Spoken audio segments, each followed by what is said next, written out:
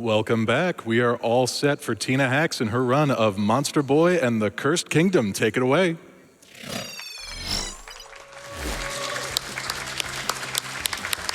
All right, hello. I am Tina Hacks. This is Monster Boy and the Cursed Kingdom.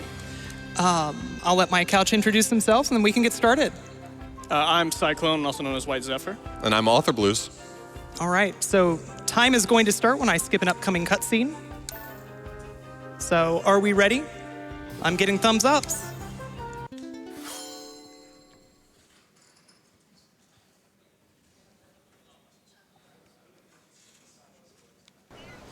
Three, two, one, go. So this is Monster Boy and the Cursed Kingdom, and it sort of exists in an interesting place in the franchise.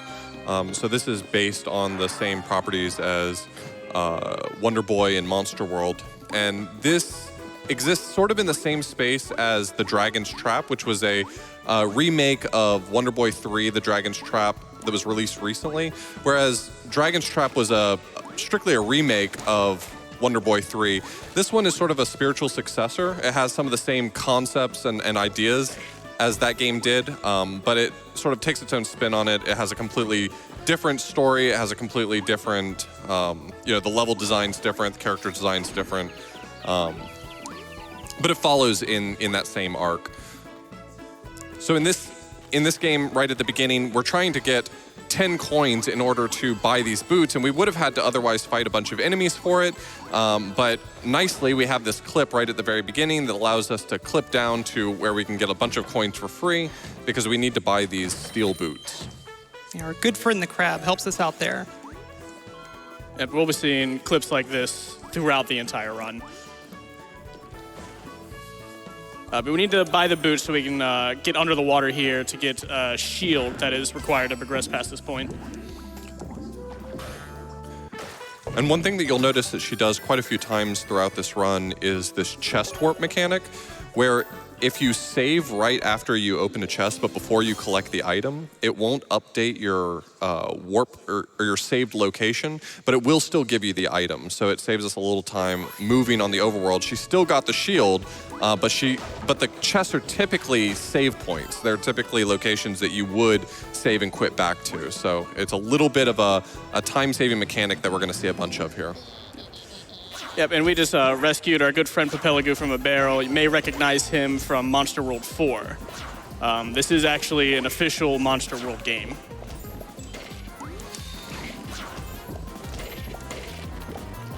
Yeah, so this game's called Monster Boy, but the original series was Wonder Boy in Monster World. So why is the name different?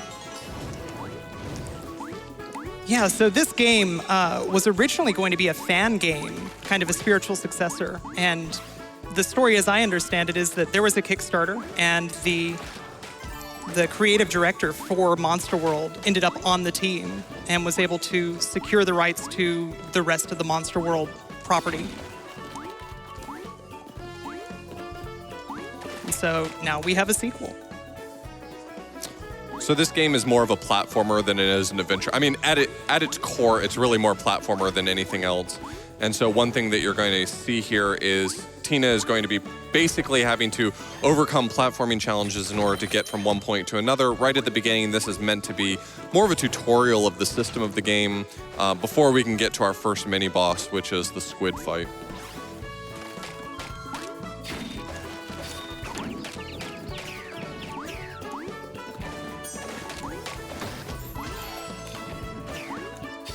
So the only spell that Tina has access to at the moment is the fire spell right now, and that chest gave her some ammunition for it. You'll notice in the bottom left you can see what spell is equipped. That's going to change throughout the game, and also how much ammunition you have available for it.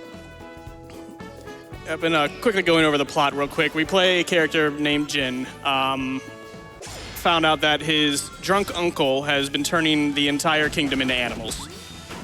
So we're trying to chase him down and figure out what's going on. This fight's actually really temperamental, and despite being the first fight in the game, is perhaps one of the most challenging ones, especially when it comes to the pure RNG of it. You can't even really do this fight all that fast. There's a lot of techniques you could use to try to speed this fight up. But if you attack the boss too fast, you can actually make all of his tentacles despawn without finishing off his health bar. And then you're just kind of waiting for them to respawn. So you're sort of forced to take it slow. And now we're a pig. Yeah, that happened. Yep. So our drunk uncle has now turned us into an animal. And if you're familiar with the Wonder Boy franchise, you may recognize this pig. It was the shopkeep in, it was Wonder Boy and 3. Wonder Boy 3. Yep.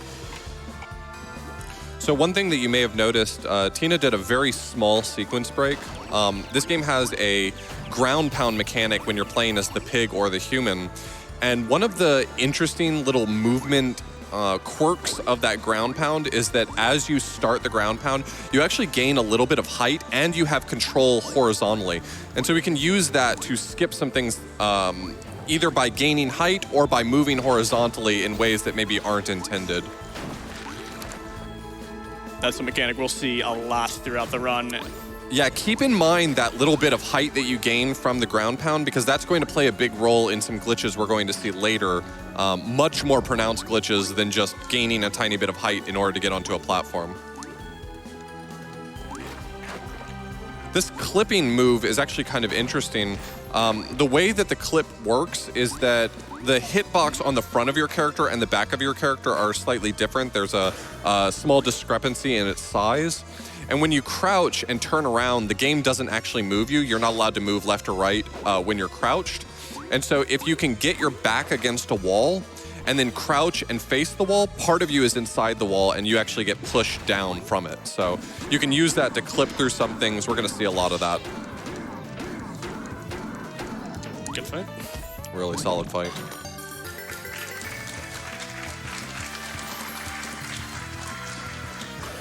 Yeah, that first fight and that fight right there are two, I mean, for being so early in the run, they're quite temperamental fights. Yeah, they're reset points for sure. So this is a really solid start to this run.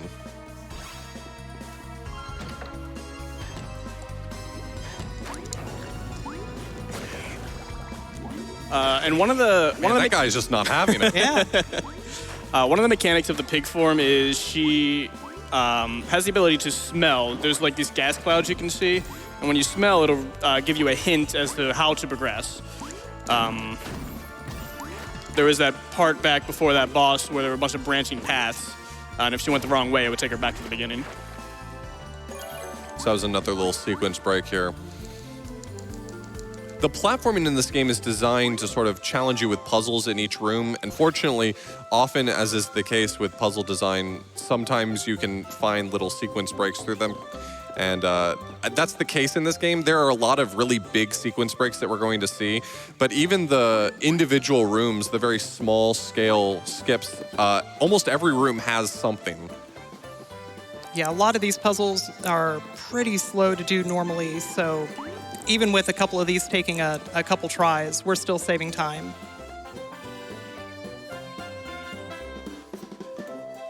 So if you've ever played a Monster Boy game, there's these really long travel scenes that you're used to seeing, and we're actually going to see a lot of enemies and characters throughout this that should look familiar if you've ever played a Monster Boy game.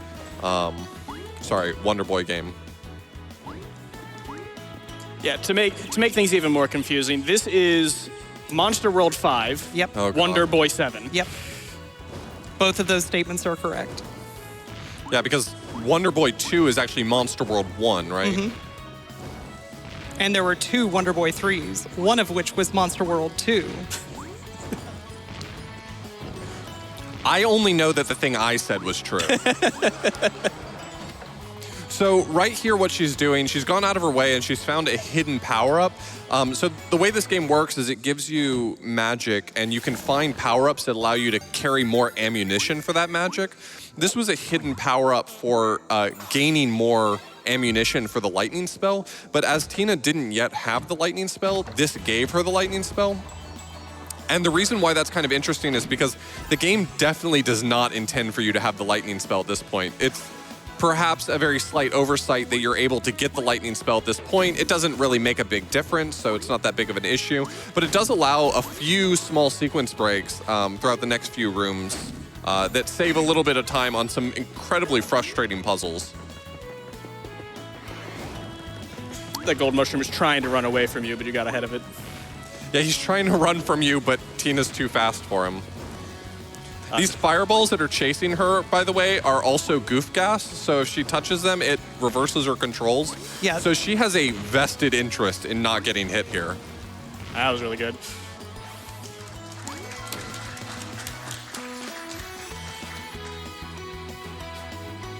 So we got a few small puzzles going through here. This is pretty straightforward for just a moment. Mostly she's going to try and hit the torches out of order of what the game's intending, but there's probably a moment here if you want to do a donation.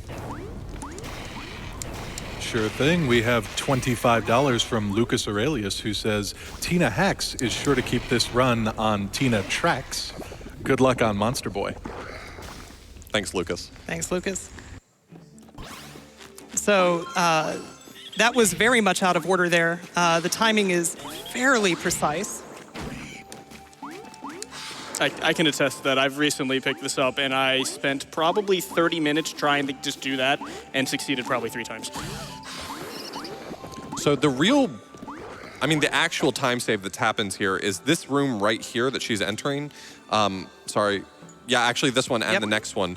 There's a pretty big time save here. Pepe Logu is actually trapped up above us. That's not how you're supposed to get him. You're supposed to acquire the boomerang magic and then climb up and cut him down. But now we're not even going to get the boomerang magic from that. The what? Yeah, sorry. Pepe Logu seems to have trouble remembering your name, so you're just referred to as blue-haired guy.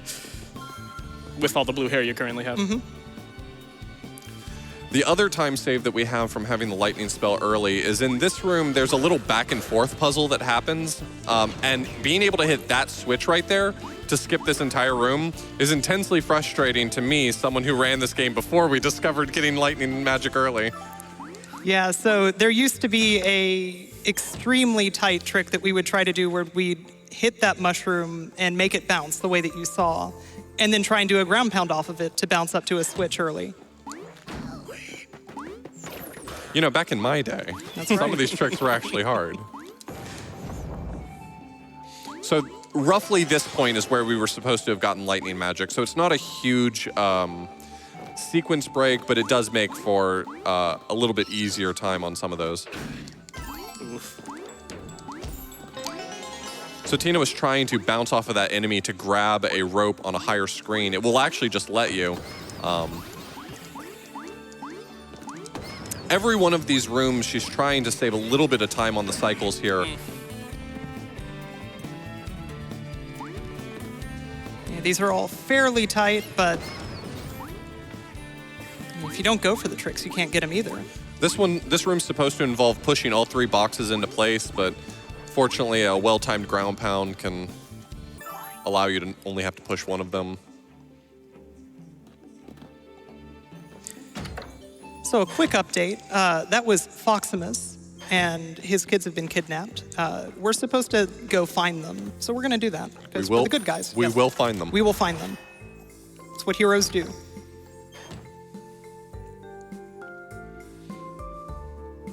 So I guess just during this very brief moment of downtime, I do want to mention, you know, when me and Tina both first started running this game initially, we did a blind race on release, and we started running this game, and... There's one. Found him. Great. Go. We're done. Sorry, go on. So when we first started running this game, Tina and I found quite a few really good strats, some time saves throughout, and we had done some pretty good optimization. But this game wouldn't be where it is today if it weren't for the help of a glitch hunter who's a good friend of ours named Nick's Report. He put a lot of time into this game, and 2D games aren't really his typical cup of tea, but he really invested a lot of time to try to make this game better for us, and he deserves a lot of appreciation for that because he managed to find a lot. We hadn't even nearly scratched the surface on this game. Based on what we knew, I think the run was down to just under 3 hours. Just over 3 hours, I think, before Yeah, Nick right started. around there. Yeah. And now the world record is below 2 hours. So that speaks to the contribution he's brought to this game. Yep. Tina just picked up the Super Tornado spell.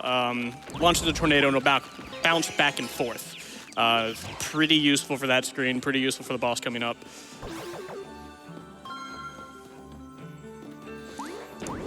So the next screen to the left is supposed to tell you the password for these switches, but Tina has memorized them. Is that cheating? I don't think that's cheating. She cheated by practicing ahead of time.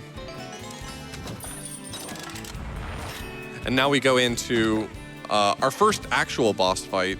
This is the Mushroom King fight.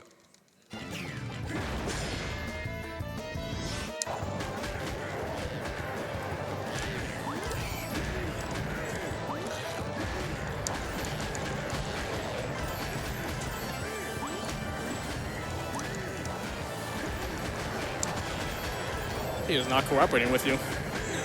This can go very sideways, which is what we just saw. Not too big a deal. So now is maybe a good time to mention the big frustration point for this game, and that's the version differences. So what you just saw from Tina is the intended way of doing this fight. It actually turns out that if you play this game specifically on the 1.0.1 version, you can skip that fight entirely by just jumping up as high as possible and burning that rope ahead of time. And that just ends the fight instantly. That's not possible on any other version, but if you download the digital version of this game these days, you'll get 1.0.5. If you get the physical version, though, on the PS4, you'll actually get 1.0.0, which is not the version you need. But if you buy the physical version on Switch, you'll get 1.0.1. Tina's playing on 1.0.2, which has some glitches that aren't available in 1.0.1, but also aren't available in 1.0.0. Yep. So 101 on Switch is definitely the fastest version. It also has a bunch of just minor things that make it worse for a marathon. There's some hard cuts in the music, things along those lines. So we're gonna play with 102 for this.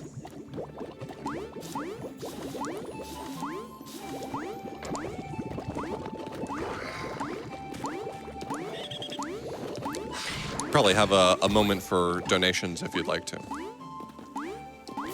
Sure thing. Well, I have $100 from Liliver, who says, had to donate during my favorite runners segment. Good luck, Tina.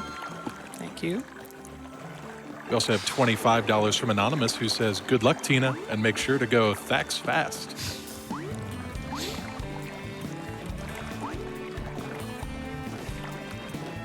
You've got time. Yeah, this is an auto-scroller. Sure thing.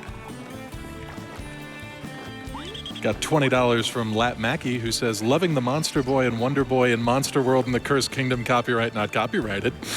Donation goes to Tina's Wait, let's put it towards Blind Punch-Out.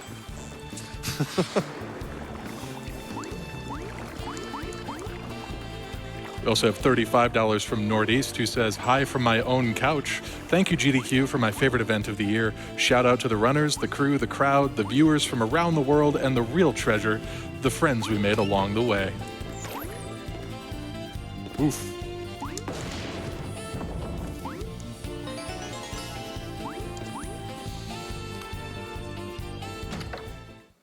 So Tina's going to stock up on some magic. It saves the most time to just go ahead and refill on everything entirely. Nope. And it doesn't really hurt for this fight either to be pretty well stocked, because Tina has really optimized even these little fight scenes. You know, figuring out exactly where to place your magic so that all of this goes by as quickly as possible takes quite a lot of optimization. So coming up is our next boss fight. There's a really big snake that's quite scary, and then there's a smaller snake that is really more cute than anything, not scary at all. Hopefully the big snake doesn't give us any trouble. Yeah, I hope not. Big venom. It's tough.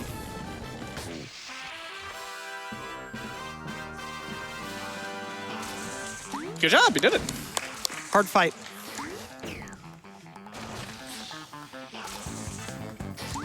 It's interesting to know this boss fight actually has unique boss music, and it is really good.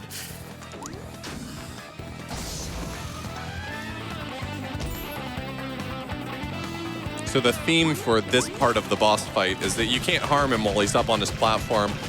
So you need to bring him down, and the only way to bring him down is to drop a beehive on his head. If the last screen where she had to dive into the water where the bees were above her was basically a tutorial for this fight. Yeah, teaching her that if she ground pounded, the beehive would fall. Unfortunately, this fight can be very random, and it decides whether or not she's able to make progress, and she's currently not getting very good luck on this one. She can only drop the beehive on its head if it's standing on top of the platform.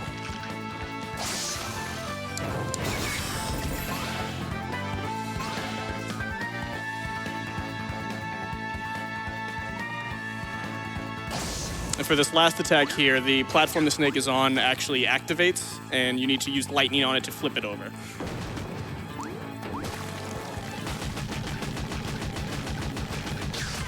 There you go.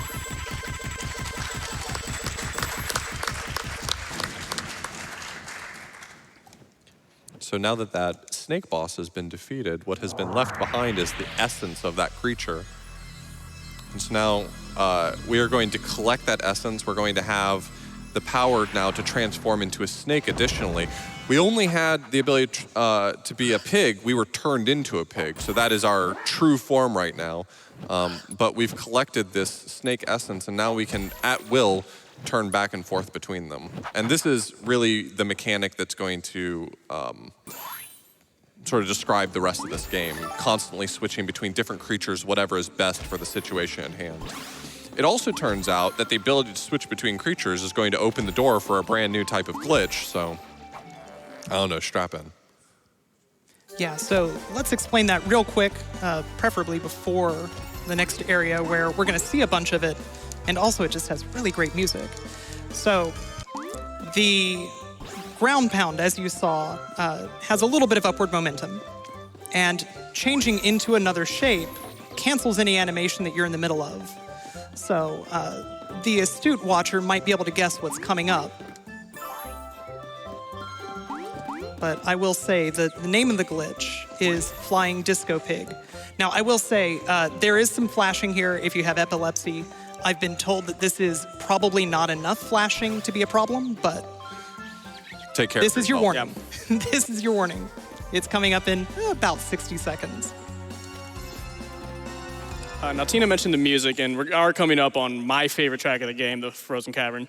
The soundtrack for this game was composed by an absolute all-star team of composers, led by Yuzo Koshiro. You may know him from Streets of Rage, ActRaiser, East 1 and 2, games like that. But there's also Motoi Sakuraba. I don't know all the names of the composers, but the Castlevania Symphony of the Night composers on this, the Ace Combat composers on this. It's a very, very good team.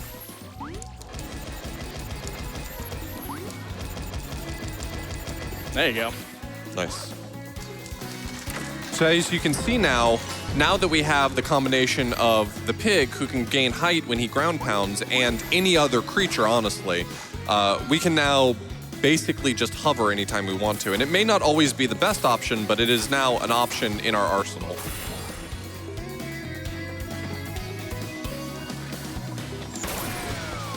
For this game, Tina needs to try to avoid the webs from the snakes. If she gets hit by one, she gets slowed down significantly. And this is Snake with the gear inside of him. Yeah, Snake's not a fan of Metal Gear. Oh God, I've actually... I hate it.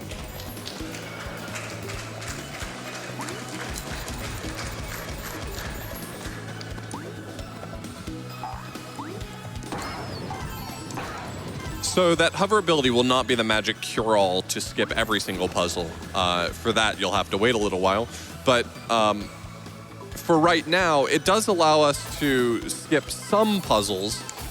Every one of these rooms has something to it, and every now and then we're going to encounter something that we can skip by just gaining a little bit of height.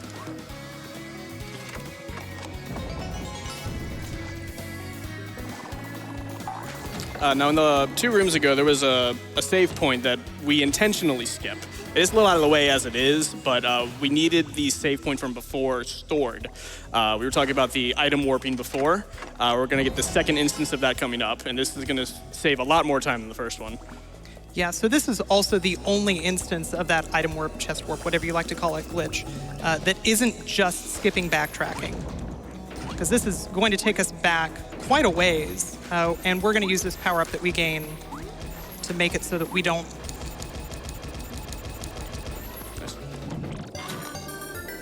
have to do a lot more level. Yeah, she really needs to focus on that because the item does have to start moving towards you before you pause it, but you don't have a lot of time. So she still got the snake talisman, came back here, and turns out there was a little shortcut path that's supposed to be the way you come back, but we're going to use it to go forward.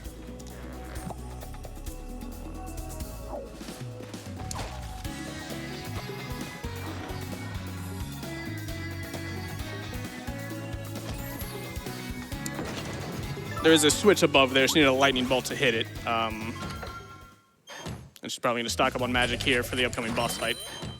Yep. So I've got an audio cue right at the start that I need.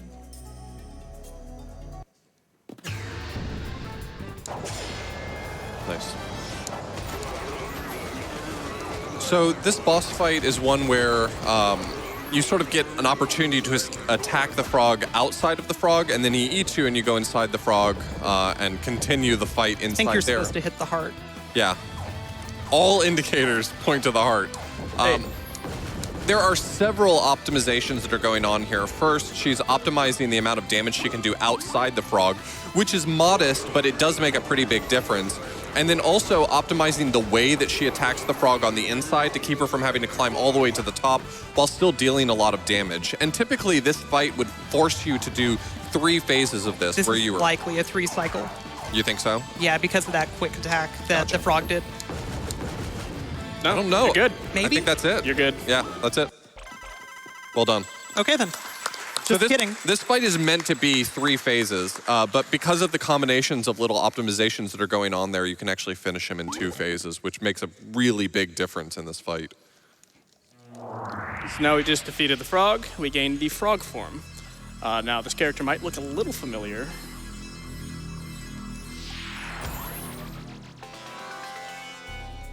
If anybody's played Chrono Trigger. No, that's later in this marathon. Okay, sorry. That's the frog from The Frog for Whom the Bell Tolls.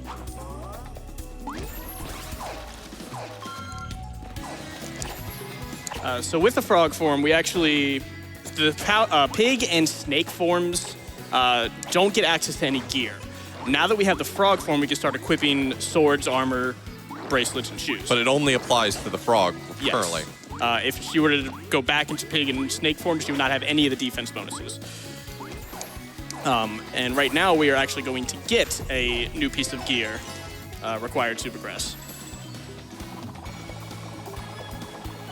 She's waiting for a moment because these ice mosquitoes are incredibly obnoxious. Yeah. They freeze you in place. And there's really not a lot you can do about them except for be a little bit patient.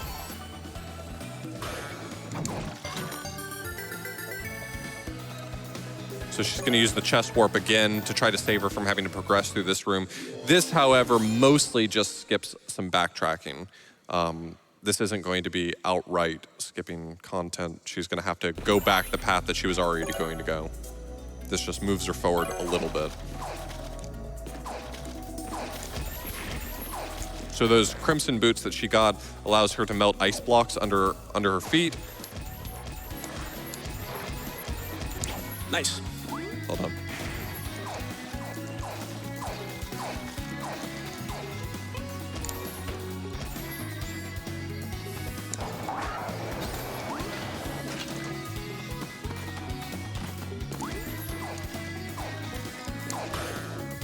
We are leaving the cavern, so goodbye, my favorite music. We'll be back.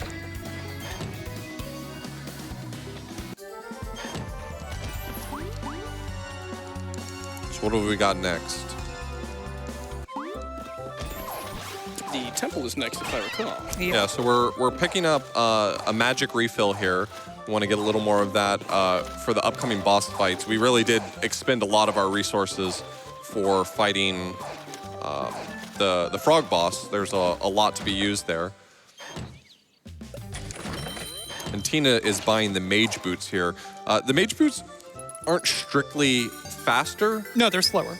They're slower, but they look really cool. I'm trying to put it really nicely. They're not in the world record. They're not part of the world record route. No, I wouldn't recommend them. But they're incredibly swag. So Tina's going to stock back up on magic so that she has that available to her in the next mini boss that we're going to fight, and it'll make a pretty pronounced difference for that boss fight. But now we are heading into a brand new area. So we're heading into the temple ruins. That's going to give us access to some new equipment. We're going to find more bosses, new animal essences, hopefully. Oh, I can only hope. I think the plot of this game is you talk to the court mage, and he's like, well, these essences you can go out and find, and hopefully that'll help solve everything. I think he's kind of vague about it even. Yeah. He does also say that your uncle has been caught and is to be put to death. Oh yeah, that's right. And if you don't fix it, well,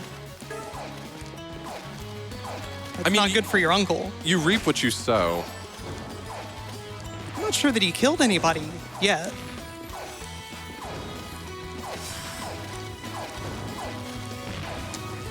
I mean, if anything, some of them look better. The cat is adorable. It's true. And definitely not a villain. I think I'd know if he were a villain. Yeah.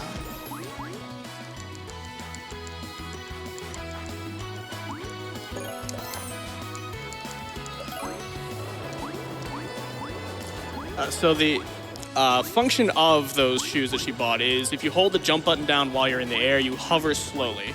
It lets you cross more gaps than you would normally be able to.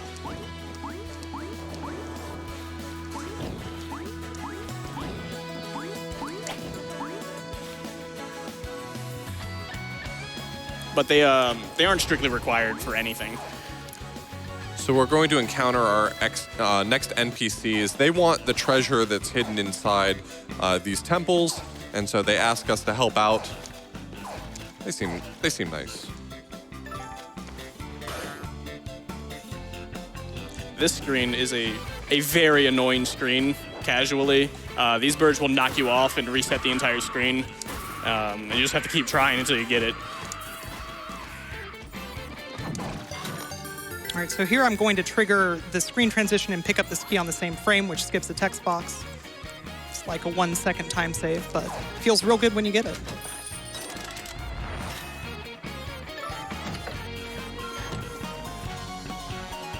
So we're starting to encounter enemies that are becoming much more powerful and much more of a danger to us. In this room, we have to kill all of these guys with bombs, but their bombs do a lot of damage. About half of our health bar in damage, actually. And we have to get up close and personal with them. So this is really where the game starts to ramp up quite a lot. And expects you to probably prioritize more heavily using the frog, because the frog actually has the ability to equip armor. So her playing as the snake is taking a calculated risk. She has basically no defense as the snake, so it's much more dangerous. So we're coming up on the next mini-boss. This is meant to test whether or not I kind of understand all of the characters that I've unlocked so far. I don't. So You understand thunder. That's good. I do know how to use lightning. Yeah, I figured that one out pretty early on, actually. This boss has 3 rooms, and each of the rooms prioritize one of the animal's abilities. So for instance, this one right here is supposed to be the pig's abilities. But as it turns out, if you can ever get underneath an enemy, you can hit it with lightning. And the point of each of these rooms is only to attack one enemy in particular. So this is the snake's room. You're supposed to go all the way around the circle in order to attack it with the snake. But if you can get below it, you can lightning it. I think what this mini-boss is proving is that Tina definitely understands the pig. Yeah, I've definitely figured out using lightning.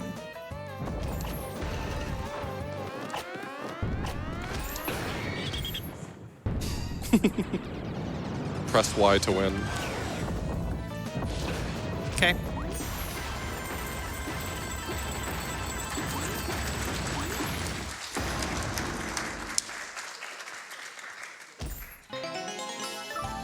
All right, so we got the amulet back, which is what the two NPCs outside are waiting for us to go do. So we're gonna go give it to them. Hopefully nothing bad will happen. So we retrieve the amulet, we come back with it, and Oh, he looks mad. unfortunately, a betrayal has happened.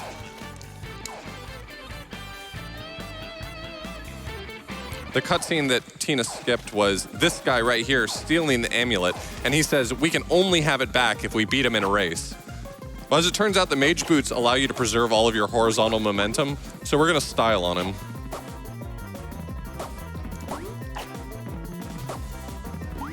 This race is actually fairly challenging. It expects you to make use of all of those wheels and like crossbow-looking things in the air with the frog form. But you can just hover really fast. So I guess one thing that we haven't talked about a whole lot, by the way, winning that fight is also given our access to the ice sword. That ice sword's gonna play a pretty big role coming up. We haven't really talked about all of your movement options here. So obviously there you were able to leverage the fact that those bows were launching you, but that's not something you typically have access to. So right now our fastest form of movement is what? It's the dash ability with the snake and then jumping out of it with fairly precise timing so that we can preserve the horizontal momentum. This room's supposed to be way harder, but... Yeah, it's got all these things on the side to help you climb up here, but you don't need it. It's an ice sword.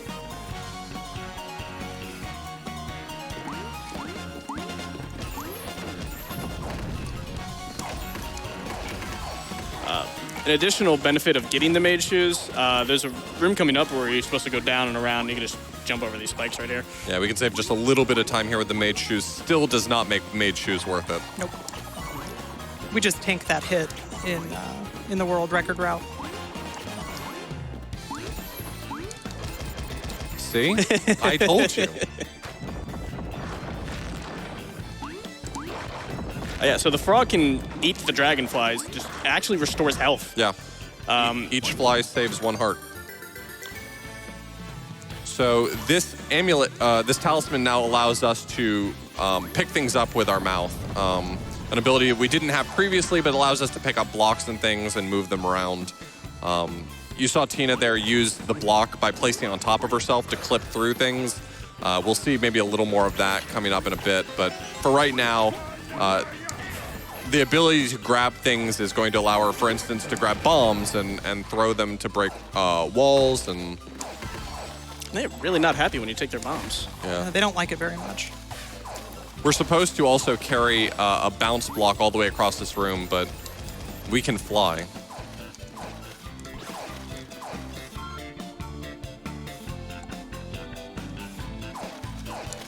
So we have the Sphinx here. Now, if anybody caught my Monster World 4 run at SGDQ2019, It's much nicer. the Much Sphinx, nicer Sphinx. Sphinx in that game, first of all, doesn't even speak English. Second of all, has 20 different questions you have to know. This one has 4. And they're very easy. Except for the last one, which is a bit of a trick question. The only way that you can find out in-game the answer to this question is primarily just to fail the quiz, and then he tosses you out into a room where there's a sign you can read on the wall that tells you the answer to that question. So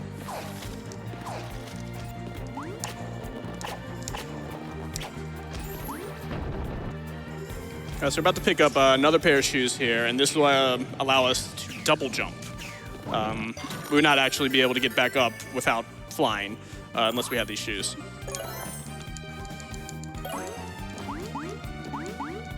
for what it's worth, we can fly, but it's a little faster to double jump. And this knight here is actually incredibly angry if you don't get those shoes. He will just charge straight at you and knock you out of the room. That knight can block your attacks, but as it turns out, if you're standing inside of him, I mean, the phone call's coming from inside the house, right? Like, you can't block him if he's standing inside you. pixel on that wall you can jump off of. The dragonflies thought they had us with the lightning, but then they ran out of lightning.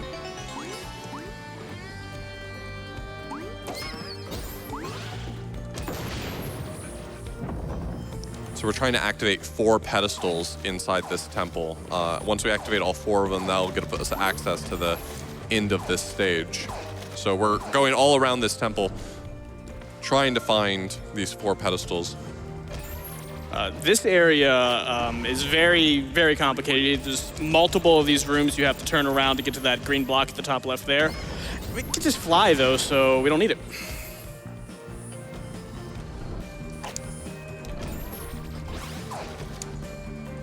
It also turns out you can skip this room in its entirety. There's a pretty neat little skip you can do where at the very beginning of the room, if you jump over the boulder, there's actually a little secret door right behind the boulder that takes you to the very bottom of this room. And so you might think, well, why not just skip all of this? Well, it turns out that there's a reason why we're gonna have to come back to this room.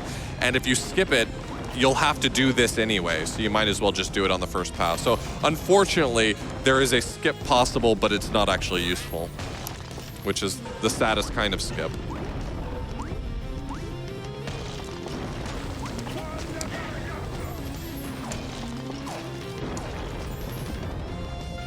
This rock is also extremely temperamental. If you touch it anytime, anywhere, at any point, it will instantly kill you, even if it's not moving, even if you land on it from above. So Tina's playing it really safe here and just not chasing it too close.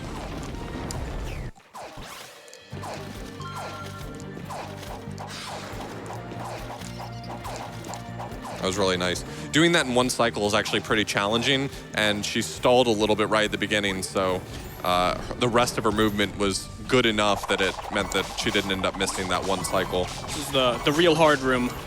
Be careful, Tina. There's spikes at the ceiling coming down at you. Whew, that was close. So I didn't actually realize, because of finishing the room fast, that there were spikes up until Cyclone told me earlier today. So the item that she just got was the Aegis Shield, and it allows you to reflect the shots from the chameleons. If these shots actually damage you, they also act as goof gas, which is intensely frustrating. So there's specific movement that she takes through that room to make sure that their shots either miss completely or get reflected properly.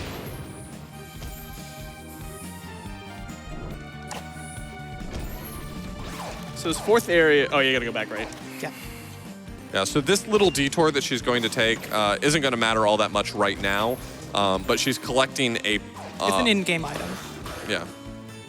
She's going to collect an item that she needs for later in the run.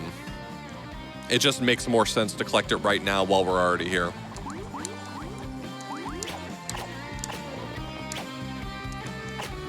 Oh, wow. There we go.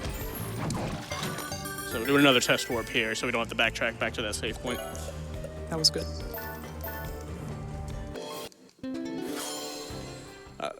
So this fourth area here is almost completely in the dark. There is gear in this game that will add a light radius around you so that you can see where you're going. Obviously, we don't need it. We know where we're going. Actually, the room below the one she was just in is where you could get that gear if you wanted it. And the game expects you to have it. If you were to go into the next room without it, you'd probably just leave because you wouldn't understand how you're supposed to clear a completely dark room. Also heading over here to get a new magic, the bomb magic.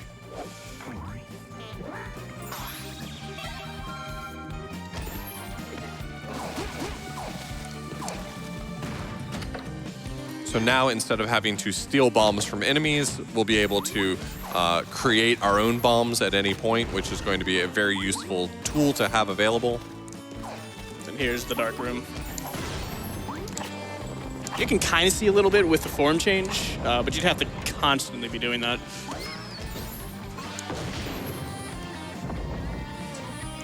And so if I'm not mistaken, that is the fourth of our pillars being activated. So now we can head toward the boss of this area.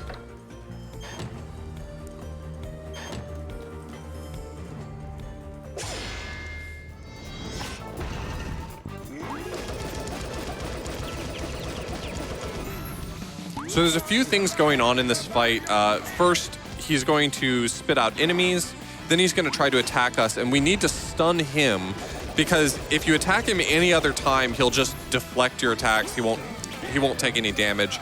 It's only when he gets stunned from falling that you can actually deal any damage to him. So we have to force him to get stunned and then flip the room over to make him fall. Nice. Easy fight. Really well done. Yeah, there's a lot that can go wrong in that fight that we didn't have to talk about at all. I was ready. So we fought a lion, and we get the lion transformation now. Whereas previously our fastest mode of transportation was the snake dash, now we have a new skill in our repertoire.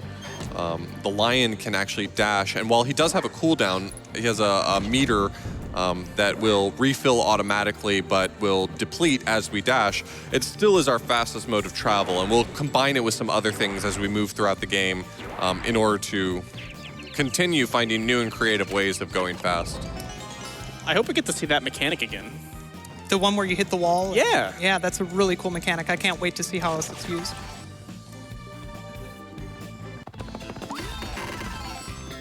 It never comes up again. Nope. Not once. So this running speed is pretty fast compared to all the other options we've had so far. I mean, if you're playing this game casually or you're speed running it, this is a huge door being opened, finally being able to move quickly. Tina mentioned she was going to take a small safety right here. There's actually not very out of the way. One additional heart container. I think you're going to beat the fireball. Oh. Wow. That timing. I was wrong.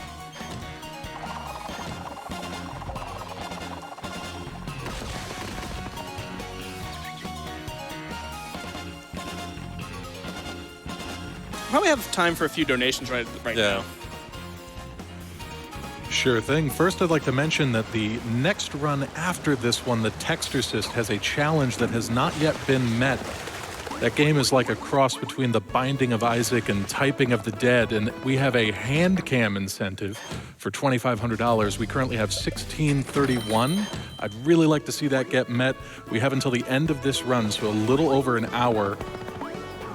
Let's get those donations in.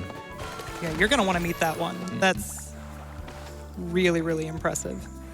So that clip right there is as easy as it looks. Unfortunately, it was patched out in version 1.0.3. I'm going to stop talking about version differences. So these mines are really dangerous. Not touching them is good. At her current health level, she can just barely get hit by one mine. Like that. I stand corrected. She cannot withstand being hit by one mine.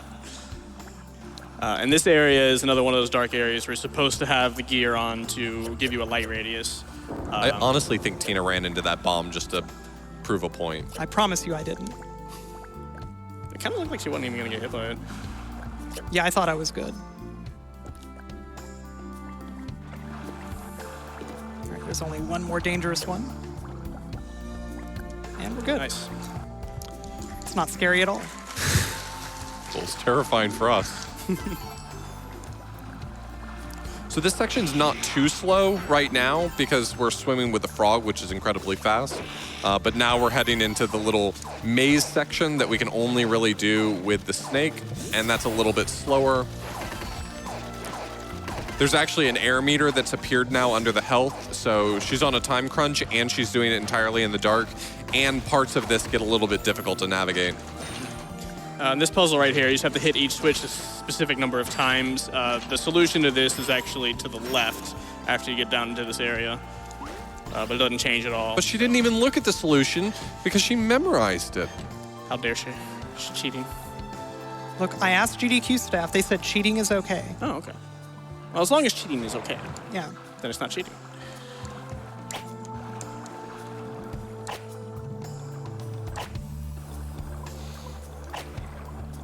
So we're going up here to get the key to the pirate ship. We hadn't seen the pirate ship yet, but we were told by an NPC that the pirate ship is almost certainly where he left behind his pirate flag. So we need to go get the pirate flag. This upside-down pirate ship is certainly an homage to Wonder Boy 3.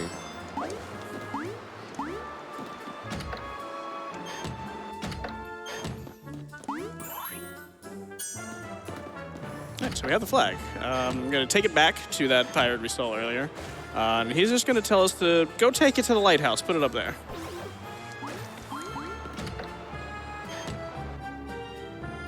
He's not very helpful. Oh, he's trying to find his friends. That's why the pirate flag. He's a project manager. He really just delegates tasks if you think about it.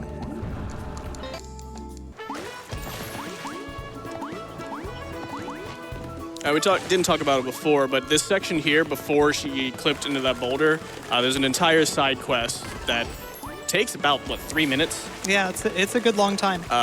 Basically, For now, we're just going to do some running. We've been given the ability to eat pirate souls to refill our stamina. Let's get 2 or 3 donations in, because we're just going to go put up a flag. Sure thing. I've got $25 from Tega, who says, "Good luck, Tina, and hopefully you sleep well after your run's done."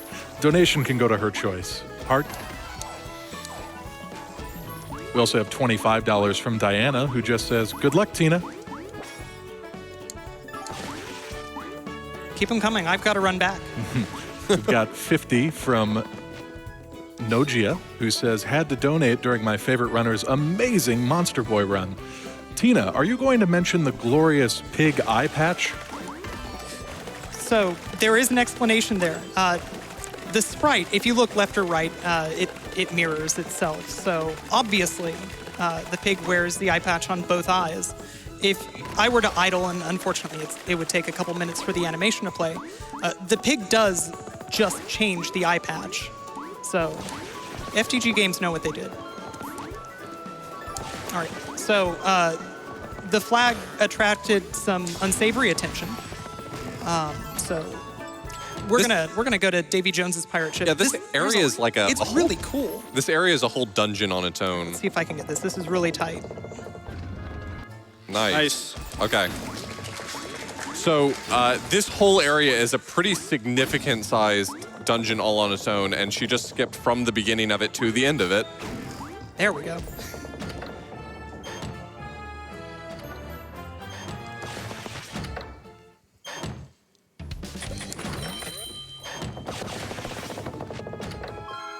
yeah, unfortunately, the puzzles in the ship have a lot of waiting for the ship to rock back and forth, and blocks will move according to that.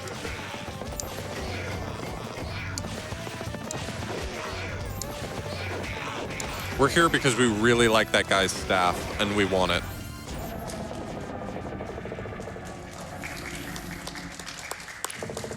So one other thing here, we really want to end this fight not at full health. I'm going to be using an inn later on to refill my stamina.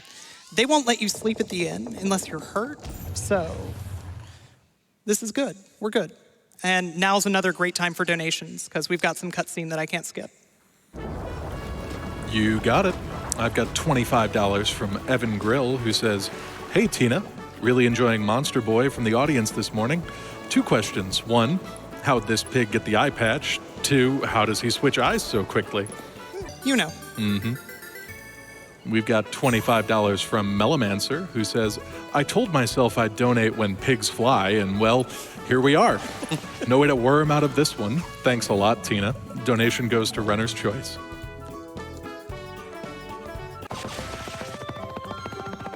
We have $25 from Anonymous, who says, "Loved the Monster World 4 run from AGDQ, and it's great to see its adorable sequel for SGDQ. Thanks for the great runs."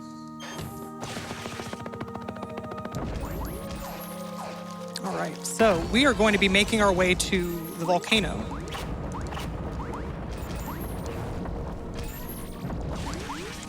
in order to do that, I have to hit a bell to open an elevator.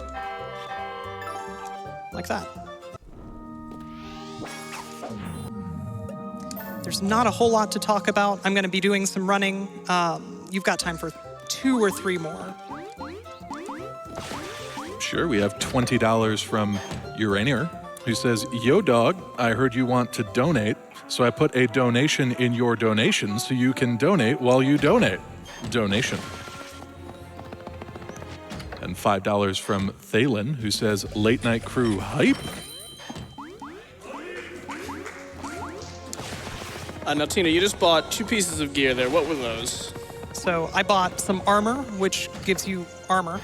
And then I bought a bracelet, which is going to let me recover some health whenever I take damage. That's going to be really useful later on.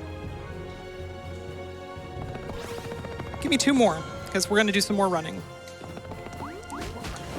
You got it.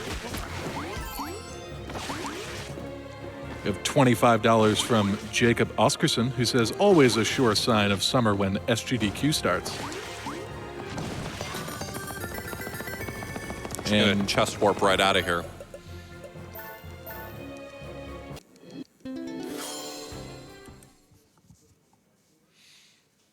We picked up these boots, the cloud shoes, and they're going to allow us to walk on clouds, which, as you might imagine, as with all the other items, we've been granted these abilities so that we can use them throughout the rest of the game, but this is actually the only room with clouds, so. We actually don't want to keep the cloud boots on anyway after this, because one thing that we failed to mention was that Tina actually took an upgrade on the Prince boots earlier that gave them a plus 25% to walking speed. And so they're currently greatly assisting our movement. So as soon as we get through all these clouds, we want to switch back to the Prince boots if possible. Plus, having double jump is very nice. Well, the cloud boots do give you double jump, Oh, yeah, I forgot about that. just not fast. What a rude spider. I love that spider so much. It's the best spider in the game. All right, well, sure, I'm glad that I got those boots. We'll never use them again.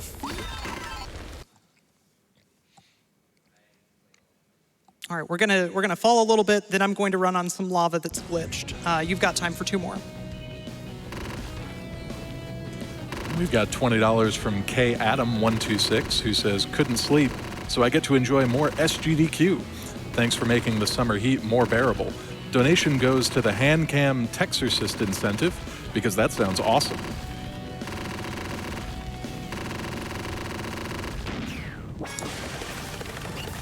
You're not supposed to be able to run on this lava. Well, I mean, theoretically, obviously you're supposed to be able to do whatever you can do, but there's no other lava in the game and no explanation for why you're able to run on that one, so we're just gonna call it unintended.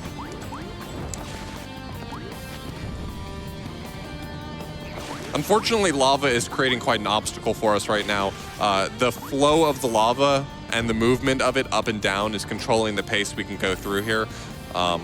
But fortunately, throughout here, we will get finally an opportunity to mitigate some of that problem. This area is broken down into 4 areas, four separate regions.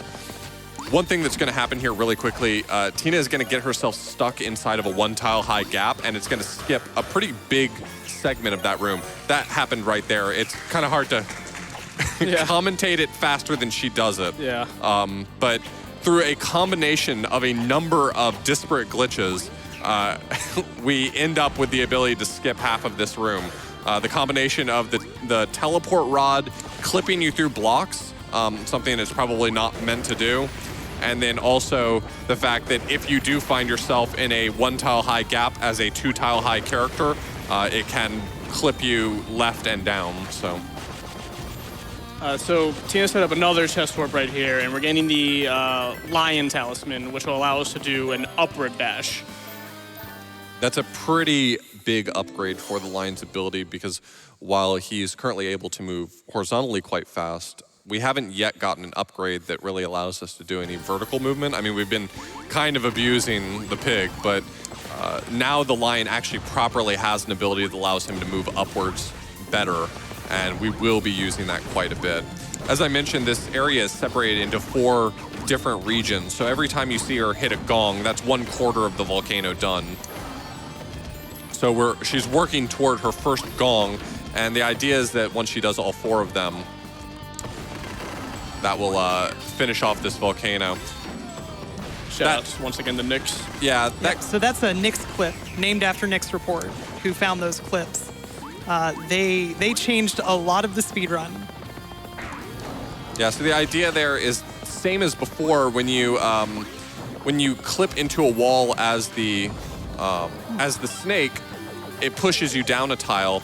And the added benefit of that is that if you repeatedly dash, you can actually manage to get through sort of the ground underneath a door sometimes. It doesn't work for every single door. It doesn't always work to the right. And it usually doesn't work to the left except for in specific circumstances. So it's really best to think of it on a case-by-case basis. We know the places it works. We know the places it doesn't. So our end goal is to get under that rock platform there at the bottom middle. Each of these gongs break off just a little bit of it. Like, the rocks have very specific resonance frequencies or something. But once we get all 4 of them, we'll be able to smash straight through it. Tina's going to grab a legendary gem here. She's going to use these gems to upgrade some of her equipment. I believe we upgrade the ice equipment, right? Yep. Yeah. Brave. Yeah, it doesn't happen in this run, but if you happen to get the entire set of gear upgraded, you gain an additional set bonus. And the ice armor set bonus is complete invulnerability to fire and lava, which would be very useful. It's just not faster to go out of our way to get that. No matter how good that set bonus is, it's unfortunate that it still does not produce a faster time.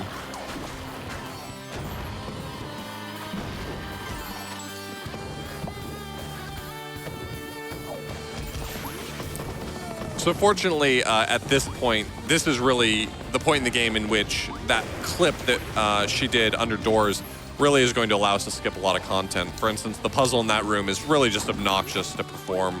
All right, so we're coming up on the Sonic room, which is this one. We're going to perform a glitch here. It's a one frame trick. Way to go. And if you keep your eyes open, Sonic is at the end of the room. There he is.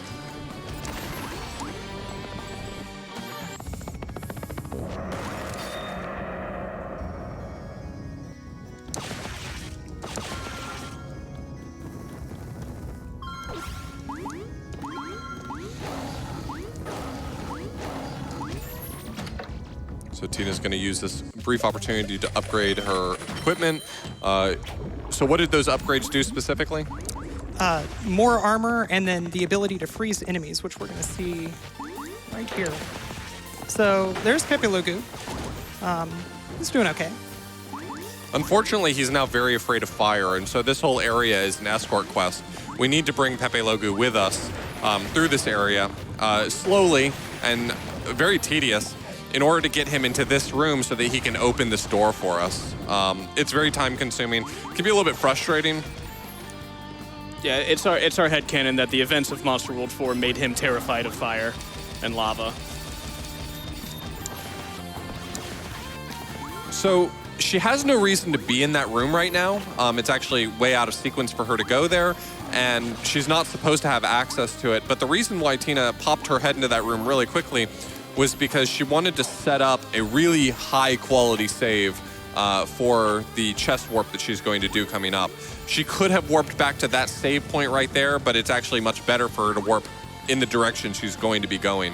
In this room, we're going to get the ice boots, which allow us to run on lava, which is really great. But the only way to get back out of this room is to wait for the lava to rise. And so being able to warp out of this area is probably one of the most significant chest warps in the entire run. Ooh. Yeah, she had to do a double pause there because it didn't start tracking towards her yet. Yeah, that one was a little spooky. Yeah, that one saves a good 4 minutes, so not messing that one up, kind of important.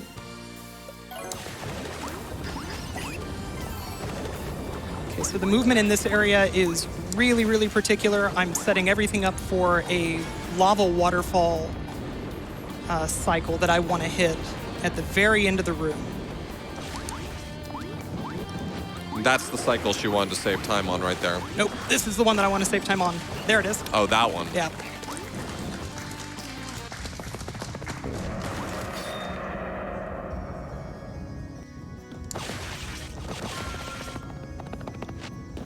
So that's 3 out of the 4 knocked out. Yep, so we're coming up on a pretty fun area.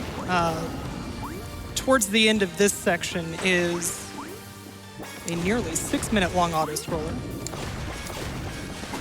that we're not going to do.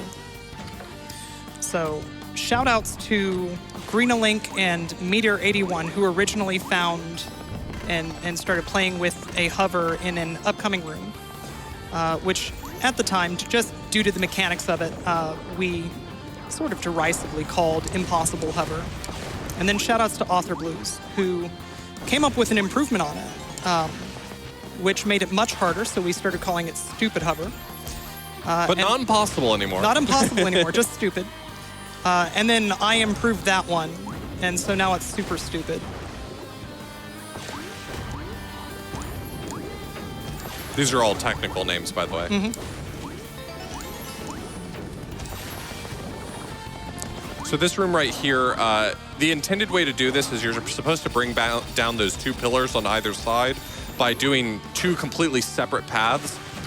We had actually found a way to save a little bit of time by bringing down just one of the pillars and then using a combination of the snake's dash, the double jump, and then the lion's up dash Yep. in order to get to the area that Tina just got to. And then once we figured out we could hover, we just didn't have to worry about any of that. So in this room, there's actually a bone snake that is moving through the room extremely slowly, and you're supposed to just ride it as an auto-scroller. But since we have the ability to hover, we don't have to wait on that. The downside is that now we have to navigate all of these obstacles that are supposed to be part of the auto-scroller while just hovering. And now, because there's going to be bats above me, I have to just kind of sit here on the death plane. It's worth talking about the fact that the hover that we were doing before, actually, you can just mash it and you'll be perfectly fine. If you are really good at mashing, you can gain height. This actually takes a lot more finesse because in order to move horizontally, you actually have to wait a really long time in the down stab animation. If she waited even a hair too long, just a little bit too long, the down stab would grab her and pull her down instantly. And so, like, knowing that timing really well takes a lot of finesse. All right, so it's boss time. After that, which is pretty rough on the hands, honestly, we have probably the highest octane boss in the entire run. Spyro is jacked, and he is pissed. So now's a really good time for donations. Sure thing. I've got $50 from Unikitten, who says, just had to donate during my favorite run from the wonderful Tina. I'm a big fan of yours, and I wish you good luck. Another $50 from Matchbox Matt, who says, Tina Hacks with Authorblues commentary? Where can I find this podcast? Keep them coming. Another $50 from Wem, who says, Konbanwa from Tokyo. Always love catching the late night block stateside to see the more unique runs. Loving this Monster Boy run. Tina's making it look super fun. It is super fun, by the way. We've also got $10 from Abutu, who says, just gotta help get that Texorcist hand cam incentive met. Good luck with the rest of the run. Early morning run hype?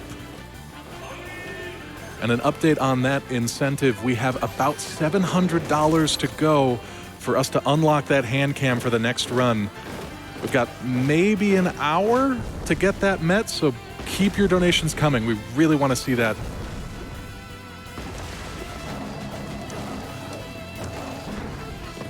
We've got $50 from Anonymous, who says, loving the runs. Can we have a GDQ every month of the year, please?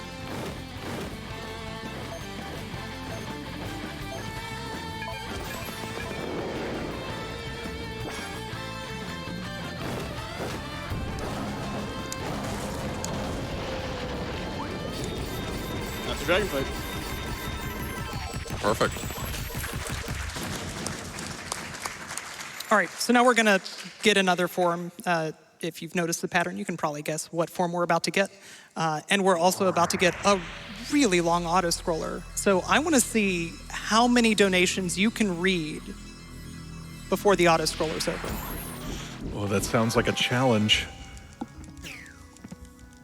Well, we've got $50 from Sunny King, who says, never knew anything about Monster Boy until now, but woke up to it and loving the run. Sending all the love from the UK. Let's get that hand cam on Textursys sorted.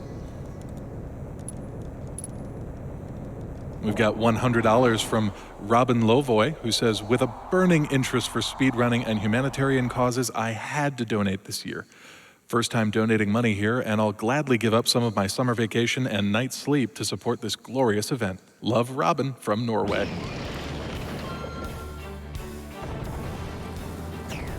We've got $50 from Anonymous, who says, generic long-time watcher, first-time donator comment. In all sincerity, thank all of you for doing something so amazing. Keep up the fantastic work. Also, thank you to all of the volunteers and people working behind the scenes, putting this towards the best suit, the Fusion suit.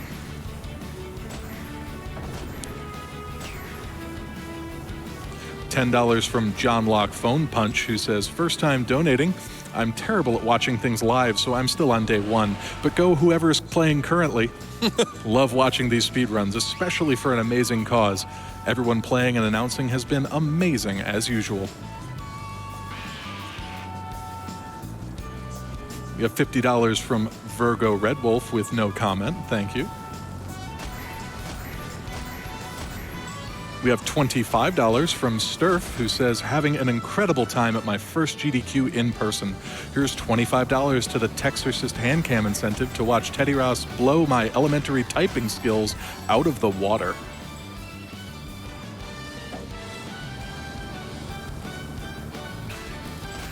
$5 from Jacob Adams, who says, good morning again from Ireland. Keep up the great work, Tina. You are number one. $30 from Flamin' Sarge, who says, hand cam, let's go.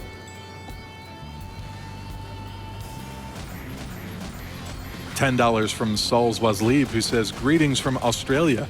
How have we not met the Textursys donation incentive yet? It sounds so cool. Let's get that going, people.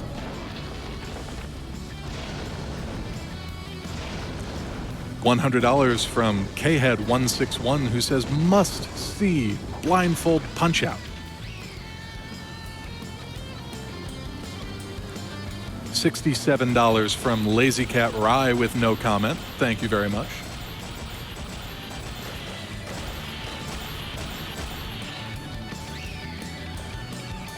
$20 from Sir Flux, who says, hey there, you cute people at SGDQ. Greetings from Austria.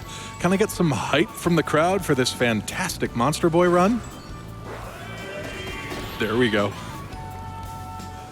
$250 from Gibbon, who just says, Monster Lair hype.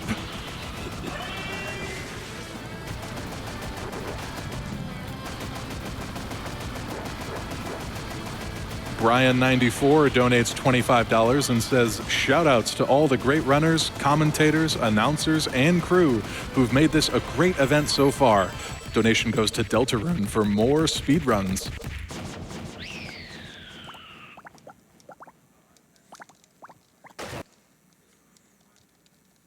We have $30 from Perion, who says, hand cam hype.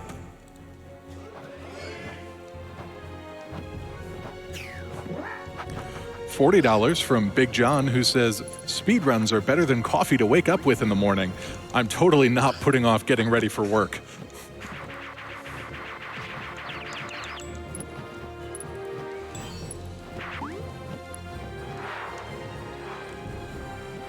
You've got time for probably one more. Sure, we've got $5 from Taryn, who says, shout out to my boyfriend Cody, who is watching this with me. Love you. So while this was the first actual animal transformation where we got the talisman right away, this known thief has stolen it from us right away.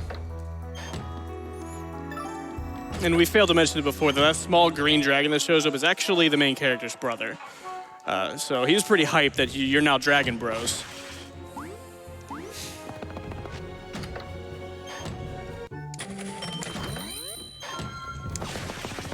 All right, so we've been told that the wise Sir Hoots has been kidnapped by Mysticat, you know, the good guy. So we're gonna figure out what that's about. Friend of the realm.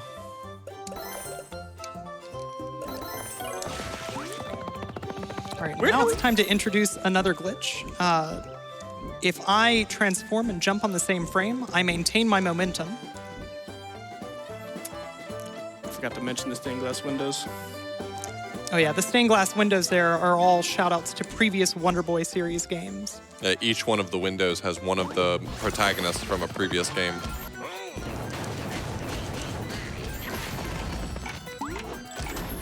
So this area is going to be really the main opportunity for us to see the glitch associated with the teleport rod in play. This was patched out in later versions, but in this version, if you ground pound with the teleport rod, it's not capable of breaking blocks, but you also go through them, which actually allows us to clip through this wall right here and completely skip the intended puzzle.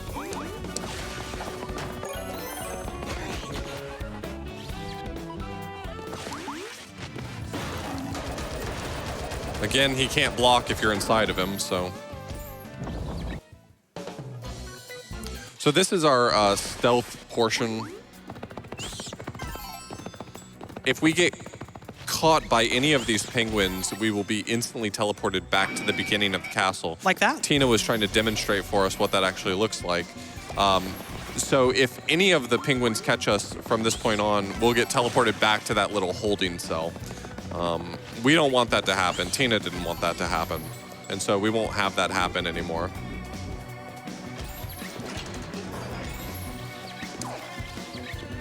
There's supposed to be some little puzzles around here, how you actually end up avoiding all of these penguins. It's kind of neat, a little bit challenging, but we can actually skip some of this by using this block to clip through the floor. Now, once she entered that room to the left, it changed the position that she would be captured to. And she actually wanted to be caught there for a very specific reason. You actually can't get through this room right here until you've been into the prison cell. So she needed to get captured once so this guard would allow her to answer the questions correctly. Even if you've memorized the answers to these, if you haven't been inside the jail cell, the game just won't let you answer correctly. The options I think it gives you on the menu, just none of them are the correct answer if I'm not mistaken. Yeah, the script has you confused and guessing ridiculous or just wrong things.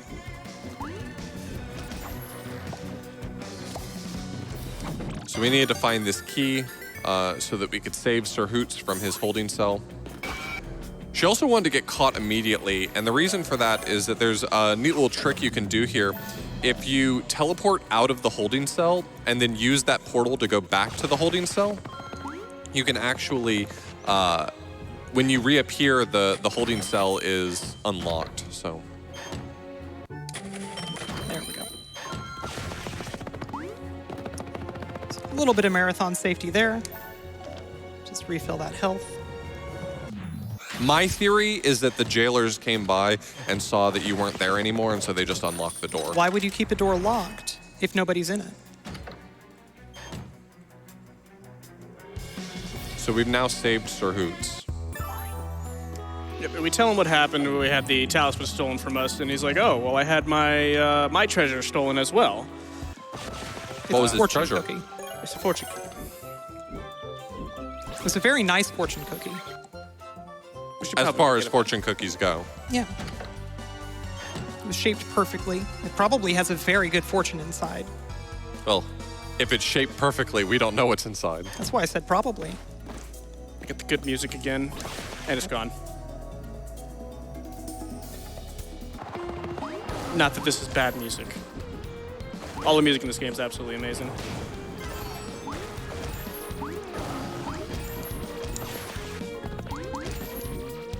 So there's a lot of little puzzles here centered around rolling boulders and using the frog's ability and using the dragon's ability. That's one of the main reasons why we really couldn't come this direction. You know, that and not having a key.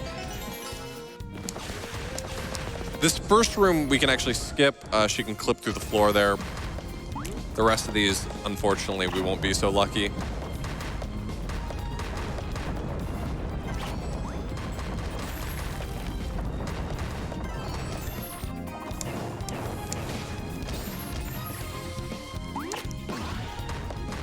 And there's some sort of weird chemical reaction between these boulders and blocks because they just disintegrate immediately upon contact.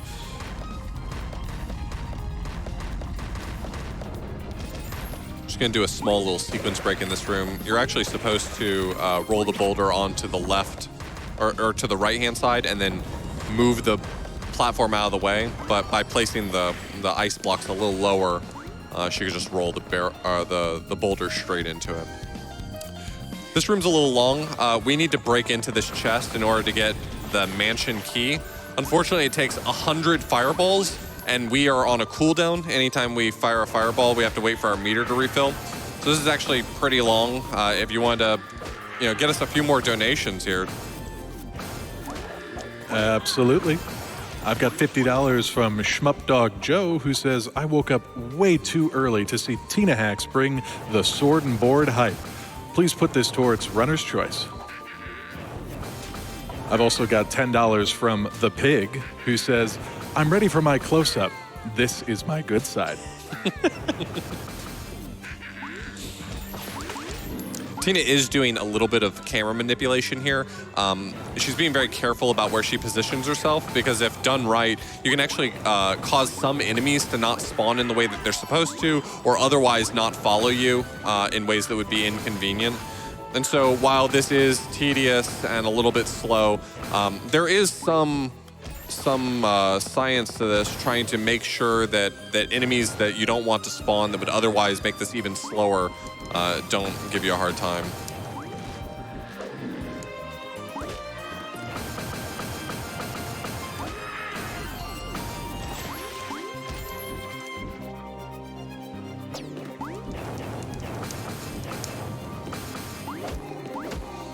For instance, she's trying not to move too far left. If she moves too far left, some extra ghosts can actually spawn that would get in the way of her being able to hit this chest.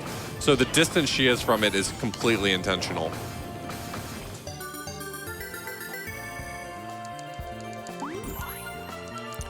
This allows us access to the Haunted Banner, which there's a few reasons why we want to come here.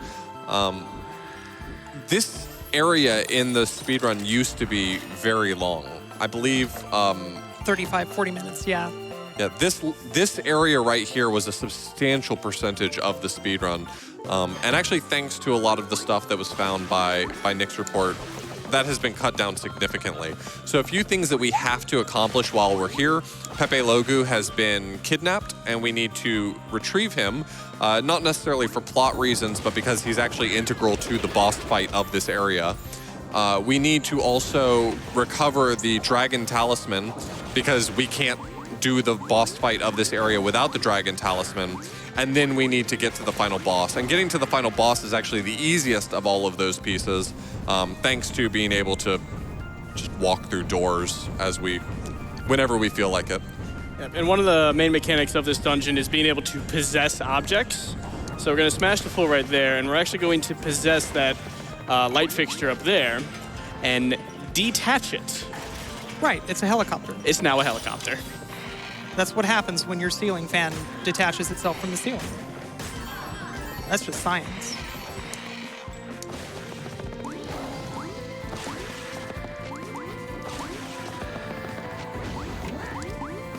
So the project we're working on right this second is trying to save Pepe Logu. Of all the objectives that we have in this mansion, that's the one we're working on right this second.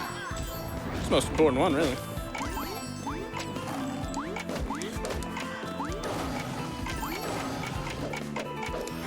Ooh. It wanted to make you sweat a little bit. It's not a speedrun if you aren't a little bit nervous. And so taking this ball down to the bottom here, there's some blocks we couldn't get through, but having possessed that spike ball, we can get straight through it. It's just a little number puzzle. Yeah, the switches will either add or subtract the number on the tag beside them, and you have to make them equal, was it 6, 7? Something. Something, yeah. You have to, it has to be the right answer, which is the answer that I put in there. The only numbers Tina cares about now is how many times to dash.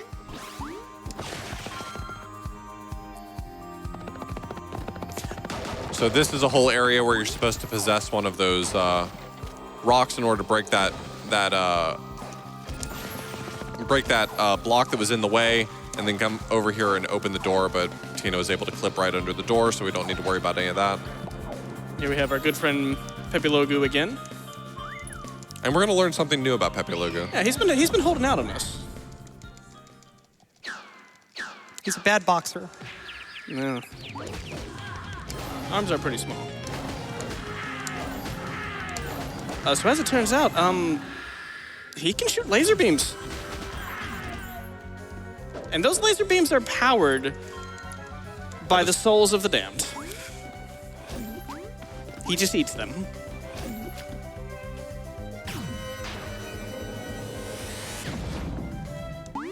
So the mechanic here is you have the ability to, you can't control where Pepe Logu goes, but once he's in position, you can press the right analog stick in order to direct his light beam. And it is a light beam that can also cause damage to ghosts, because ghosts are damaged by light in this game. And we're actually going to exploit that the game considers it a proper light beam, because we're supposed to do some puzzles on the left-hand side of this mansion. By the way, we're never going to go to the left-hand side of this mansion. But there are some puzzles on the left-hand side of the mansion that are supposed to send this very long light beam all the way over to this side to activate this. But, I mean, if Pepe Logu can stand inside the wall, just use him, I suppose. Very disorienting room here.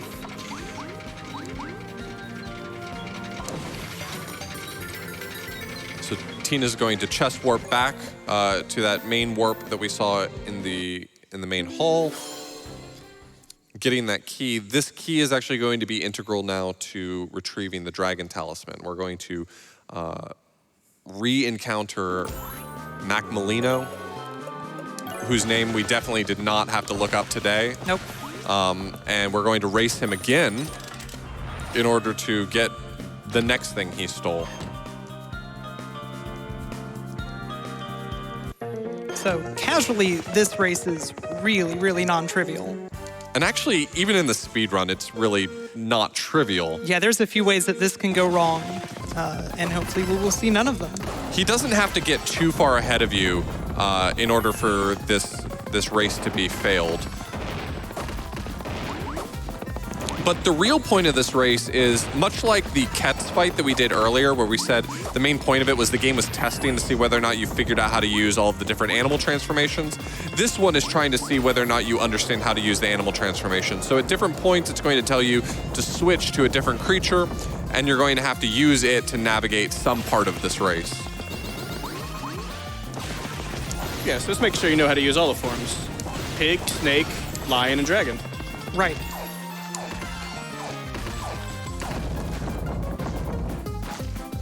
So after the snake section comes the dragon section, right? Yes. Thanks for your contribution, except for Frog.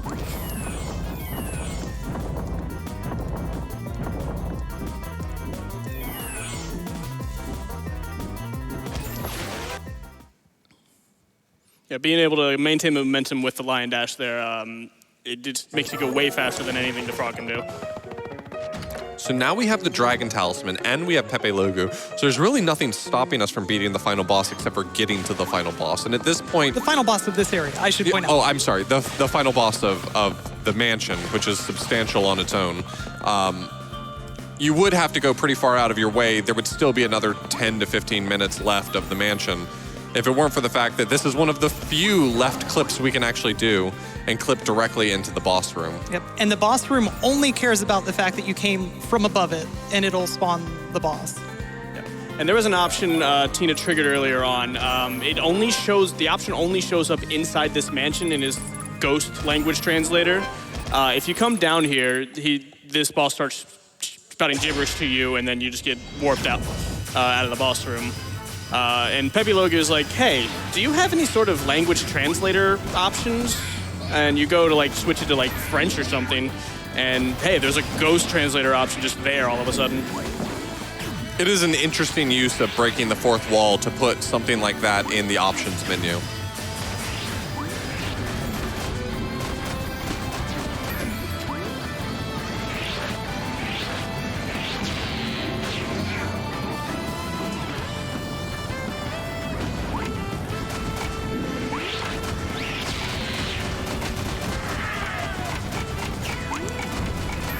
Doing this fight optimally is incredibly challenging, and Tina's doing a really great job with that.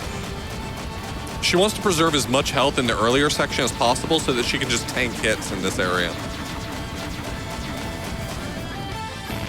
And that's that fight. That fight is entirely non-trivial. Even as a speedrunner, that fight can go really south really fast, so that was really impressive.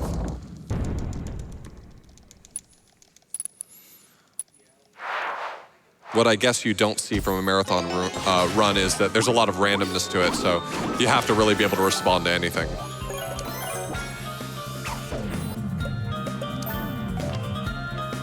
Right, so we have the magic fortune cookie back, so we're going to take that back to Sir Hoots. He's going to read the fortune for us, and that's going to tell us where to go next. For our trouble, we're going to find out that we weren't in the right place to begin with, and we need to go somewhere else. So I believe he directs you to go to the church. Yep. And we mentioned it before, but you can actually see once you're inside the church, the stained glass in the background will be all of the the Monster World characters. So there we were told we need to go get some relics, and also here's a mace. The nun gave us a mace. Yeah. So that mace gives us the ability to break these blocks that we haven't had the ability to do so. Tina's also going to take this opportunity to collect a few more pieces of that. So we didn't really mention what it was before, but the sword that we're trying to construct. And she was actually trying to get into that door on the same frame she picked up the item. It actually would have skipped the text menu there, saving a bit of time. Yeah, it's another 1.5 time save. Not a huge deal. The artifacts that we're actually retrieving are themselves homages to the previous games in the Wonder Boy series. So, for instance, this ocarina that we're collecting is what, Wonder Boy 2? No, Wonder Boy in Monster World, the first Genesis game. Okay.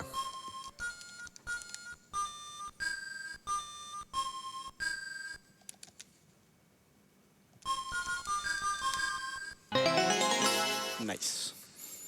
Yeah, so that one, if you hit the stick, it can fail you for no good reason. Does the stick even play any sounds? Nope. Okay. It plays the sound of failure.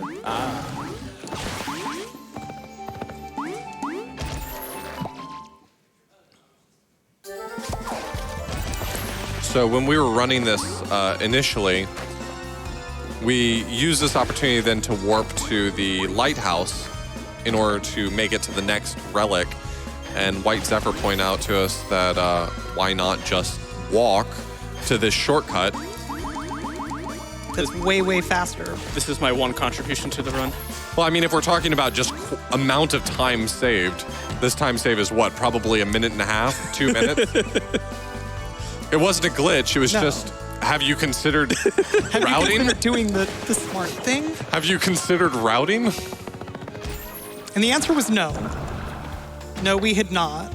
So this relic is obtained by passing 3 trials, each one of them somehow more obnoxious than the previous. Fortunately, after discovering that you could just clip through doors sometimes, we no longer have to do these god-awful trials. This is a huge time save, actually. All told, all of those trials together probably amounts to something like 6 minutes or so.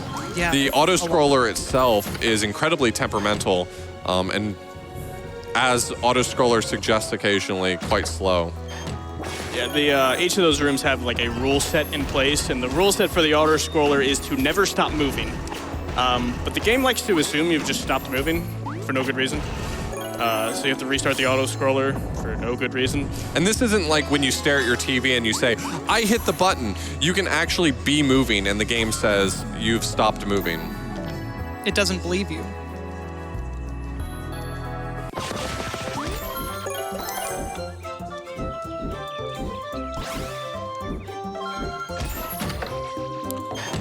So the reason why we wanted to get all those relics is because if we retrieve the relics, it would open this door that leads to a passage underground to the castle, which is where we're trying to go. As Tina mentioned earlier, our uncle is to be put to death. So I guess we're trying to run in and save the day. Well, we figured out all the different animal forms. We're going to fix this all. It's all been a big misunderstanding. So with the Dragon Talisman we have back, we actually get infinite flight and a flamethrower ability, as well as infinite fire, which is what we had during the auto-scroller, but then it was taken away from us immediately. We're actually going to see in this room an instance of a glitch that's really not useful anywhere else in the run, but this is our one opportunity to make use of it. We're supposed to be bringing a statue from the very bottom of this room all the way to the top in order to hold down a button. But as it turns out, there's this trick where you can ground pound a button as the pig and change to the snake, and if done properly, the button will stay depressed. So Yeah, it's pretty temperamental, but you have to fail it a lot for it to not be faster. And sometimes Nice. you can just get it first try. there you go.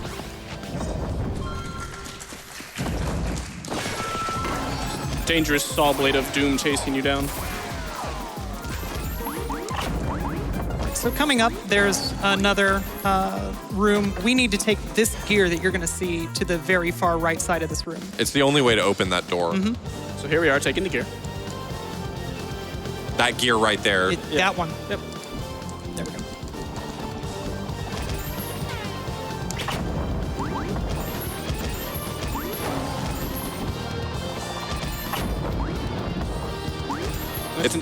There's the door. Yep, and here's our gear. There's actually a glitch using the frog's ability to grab items and store them, where you grab it and then form change before you actually grab it, and it'll just be stored within you, and you can actually travel all the way across the different forms. The gear was inside us all along.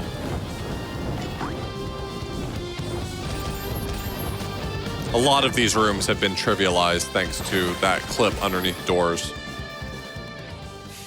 We are thankful for every single time it works. So this is our drunk uncle. It's kind of an auto-scroller fight. He's been bewitched, and so he is attacking us. He really, really hates water. And the magic spell he casts turns some of these barrels into water. Poor planning on his part.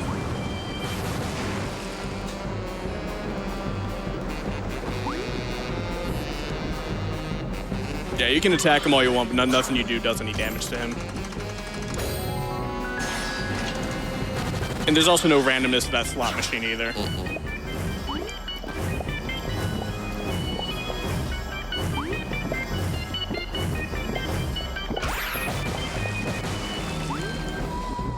So Tina's making sure she breaks all of the barrels down to that stack of 4 there, because he will grab the 4th and 5th barrel off of each stack and start launching them at you. But if there's no barrels to launch at you, it'll go straight to the water barrel. I think he's gotten wise to our game at this point. So he realizes what we're trying to do. He's trying to throw the water barrels at us, but we're positioning ourselves in such a way that he's throwing them at himself. It's the old school ground stop hitting yourself thing. And there's only so many times you can do that before they get wise and indeed stop hitting themselves.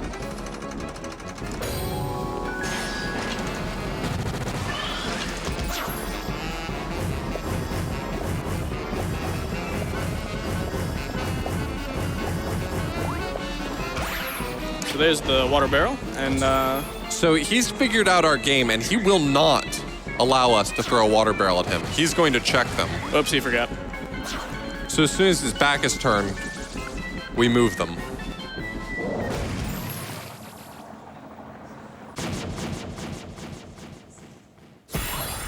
Yeah, if you actually had one in the position, he would destroy it, and you wouldn't have it for the next cycle. So we are back in human form, Finally. and Never mind, now we're stone. now we're stone form. A betrayal.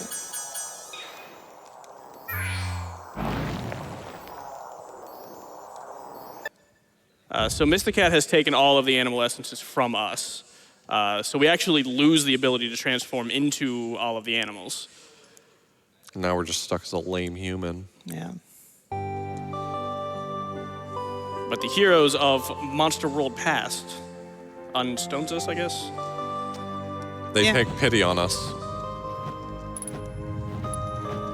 We also gain the human talisman at this point. Yep. They give us the most human power of all. Love. Oh, is that it? But No. Going fast. Oh. Also love? The love of going fast. fast. Okay. There we go.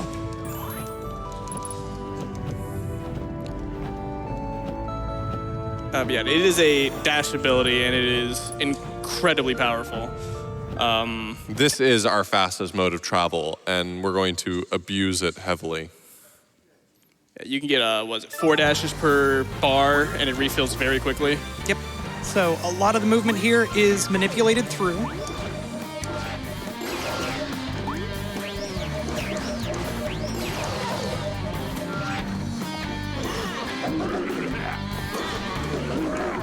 Yeah, you can see she can just dash straight through the ogre and takes no damage. There's this monster in the background, and if he sees us, he is not going to have it. So we have to stay behind these crystals. They somehow block his vision. So her movement's going to be very specific to try to make sure she stays hidden behind them. Yeah. If you expose yourself, he kills you probably in about a quarter second. He drains your health almost instantly. So now we have these like pixelated areas here, and what we're doing is we're getting the ability to use these animal forms back. And we're going to make sure we get all of the animal forms. Is the word voxelated a word? I feel like it should be a word. There we go. I think it is now. All right, here we're going to use our first instance of the human's dash and the preservation of momentum for a relatively difficult climb. Any height that I fail to gain, I'm going to have to use a hover to get up, and that really sucks. So hopefully I don't have to do that.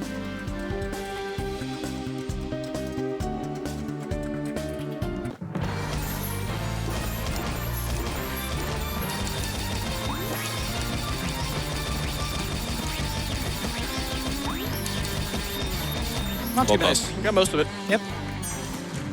So that little sequence break there was really just to get these essences out of order. Yeah, so normally there's also a mini boss that you're supposed to fight that skips. All right, there's a few of these that are very temperamental.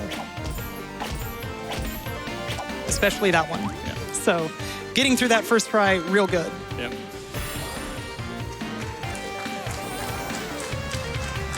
These little challenge areas are indeed challenging. They're meant to push these characters' abilities to their limits, and you can't abuse them with other creatures even. You're stuck in that form, so.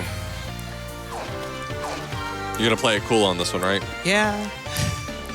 So on an upcoming one of these wheels, there's some spikes that retract and come out, and sometimes you can damage boost through them, which is the fastest way to do it. And sometimes, instead of damage boosting through them, they just throw you off the platform, and you lose your world record run.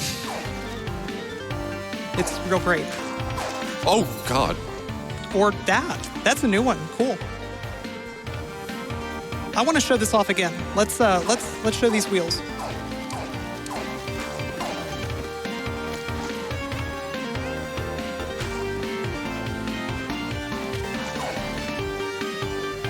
Okay, but this song does bop. It's real good. I've never I feel like I haven't really paid attention to it for very long ever, but it actually bobs. Isn't over here saying the music's good the entire game? I know, but that Yeah, song but bobs. also, the music's good.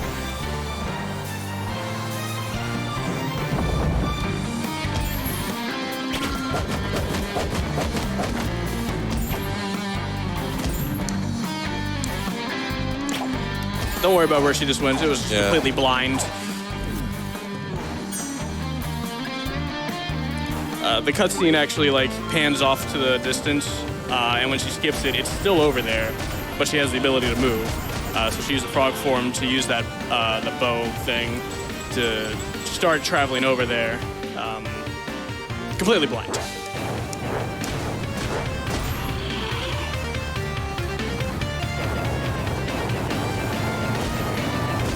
So fortunately, this dragon auto-scroller is not as long as some of the dragon scrollers we've experienced.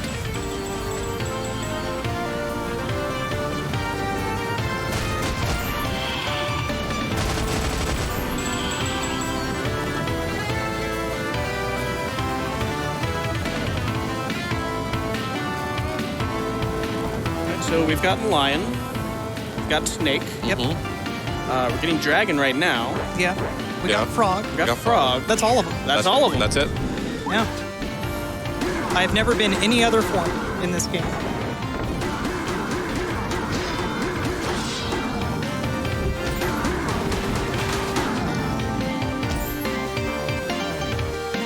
The gang's all here.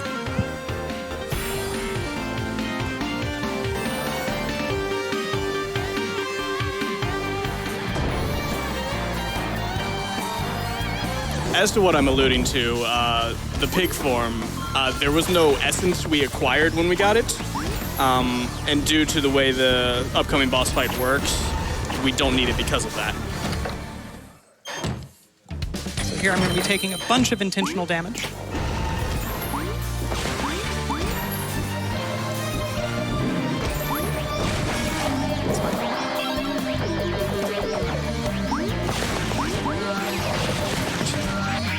So that's an intentional damage boost, a very risky one at that because those lasers kill you instantly.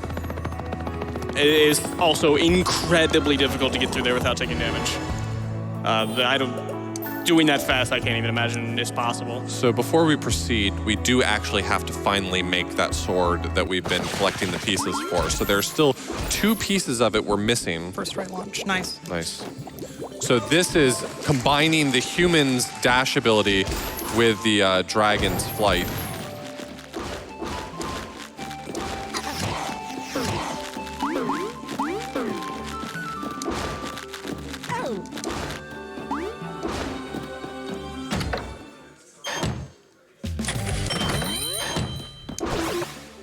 Grabbing a safety potion there. No, I need that for the final boss. And that's really the only opportunity she's going to get to retrieve that potion. There is actually a medicine shop right in front of the boss, but there's a manipulation that I found within the last week that requires her to not go into that medicine shop at the very end. For whatever reason, going into that medicine shop messes up the manipulation. There we go. It's one of those tricks, just getting that boulder in there, that depending on the monitor, it can be tough. So 1 piece remaining. It actually happens to be at the top of the lighthouse, but we couldn't get to it because we didn't have the dragon's ability when we were here previously.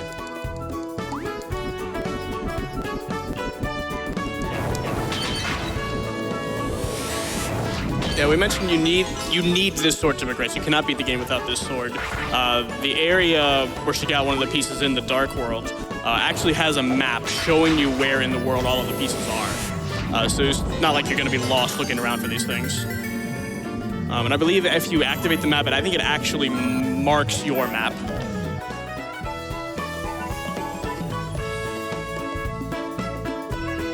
Now we come back here. This is the guy who's able to make that sword for us.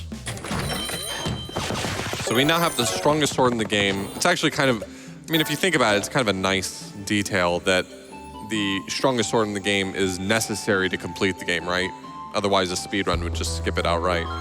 But it does make the end of the game a little bit better. A little bit easier.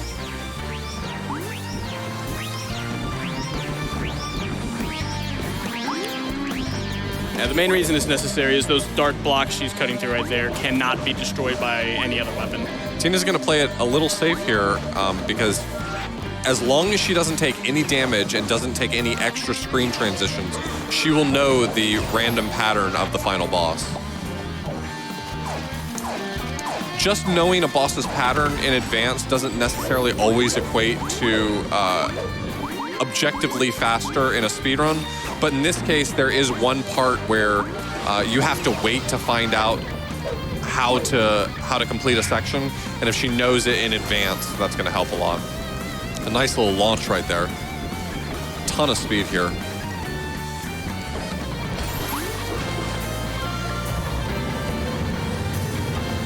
And now we're entering the final boss.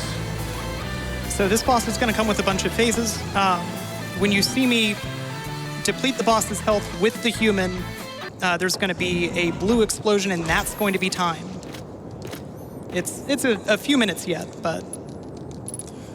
So because of that manipulation, we're pretty certain that Tina is going to get the best pattern in the first phase, and she will also know a random pattern in the second phase of this fight. Brown cat. Brown cat is gone. All right, so if I did everything right, Lord Zaros is going to appear in the lower right-hand corner. Nope. Wow.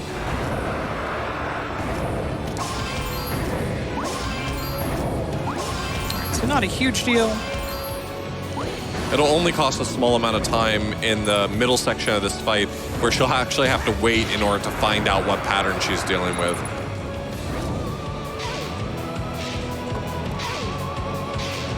So nothing can be done to speed up this part, you just have to wait. Yep. Eventually your friends come with the power of friendship to, I guess not really friends, your family, your uncle and your brother, but also Pepe Logu, who was very hungry. He's family. He's family, that's fair. Pepe Logu is now eating all orbs. Yep.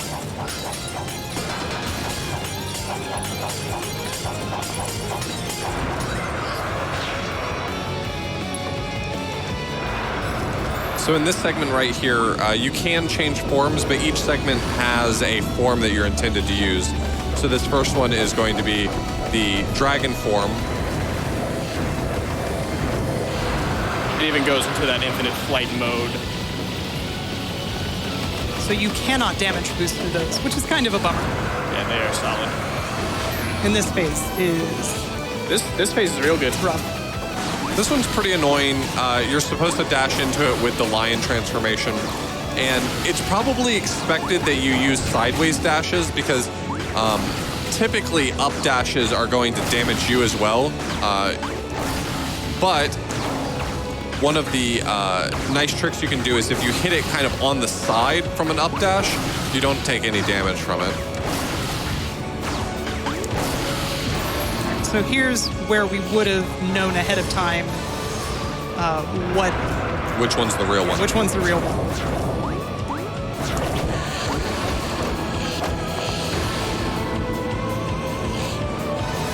I mean, it started right. You might be able to gamble. Nope. It's going to be on the left-hand side. Wow.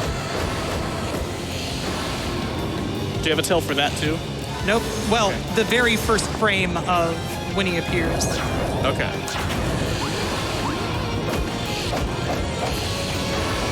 This one's the only segment that has like a real sequence break to it. You're supposed to stick to the walls and spit acid. All right, time's going to be coming up. Time's coming up very soon.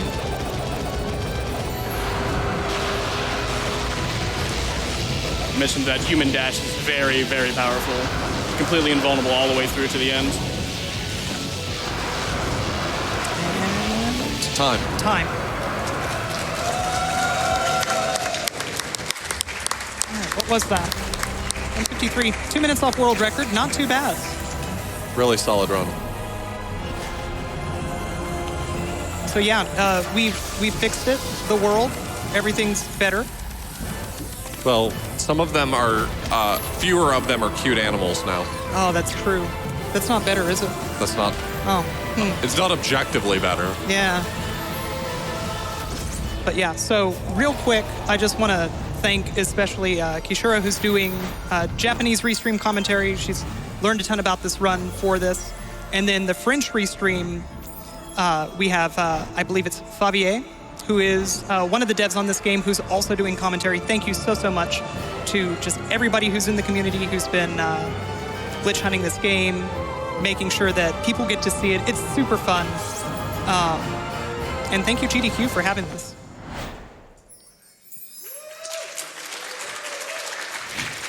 What a wonderful run of Monster Boy and the Cursed Kingdom by tinahacks.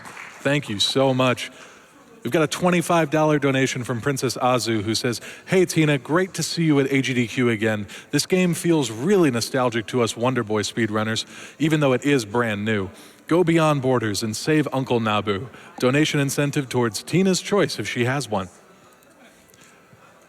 I'd also like to thank everybody who donated. The Texorcist hand cam donation incentive has been met. So while they are setting that up, we are going to go ahead and transition to a Twitch ad. So hang on, don't go anywhere. You are going to want to see this next run.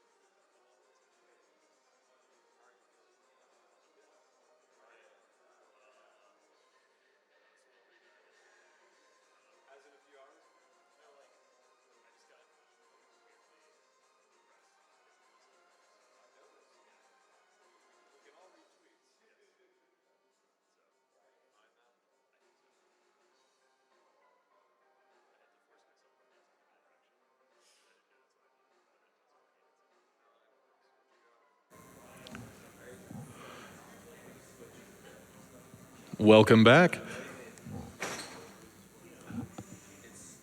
So thanks to Twitch's limitations, we do need to break the stream about once every day, which we are about to do. So if you're watching at home on gamesdonequick.com, do not go anywhere. The stream might look like it's about to go down for just about 1 minute, but just keep refreshing. We will be right back.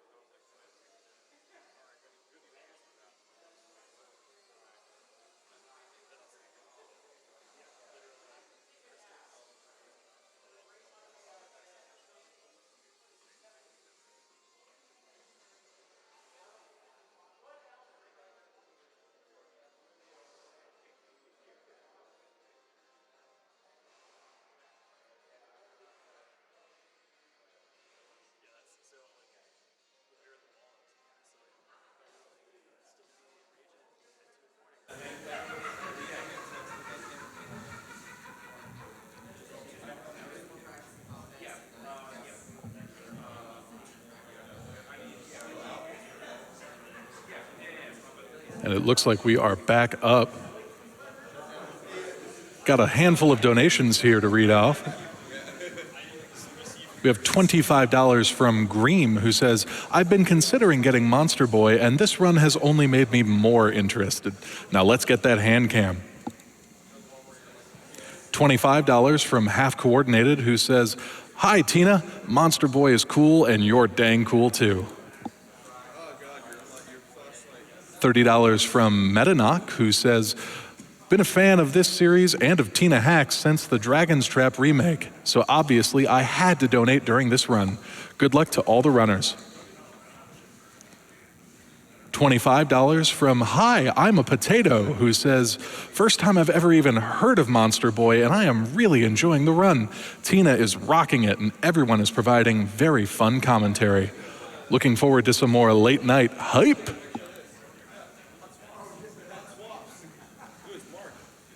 $25 from David Andrew Cowie, who says, been donating and watching for a few years now, and these wonderful runners continue to impress me, regardless of what game or console they play on. Money goes to bonus game Deltarune. The power of Fluffy Boys shines within you.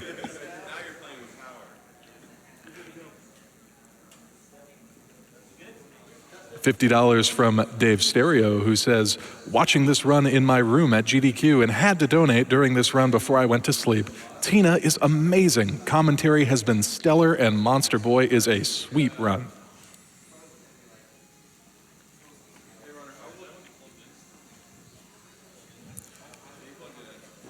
$30 from Xenotrauma, who says, greetings from Gifu, Japan. Thank you all so much for everything you do. I have GDQ running live on a TV in the corner of my classroom all week to remind my students that no matter our individual talents and passions, we can always find a way to use them to make the world a better place. Keep being awesome, and let's see that hand cam.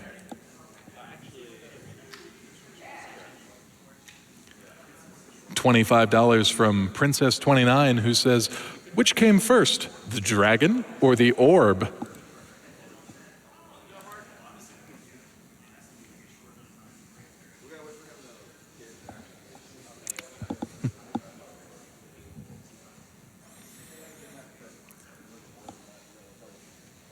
$50 from Potter Geek, who says, let's hope I can see the hand cam before I have to go to work.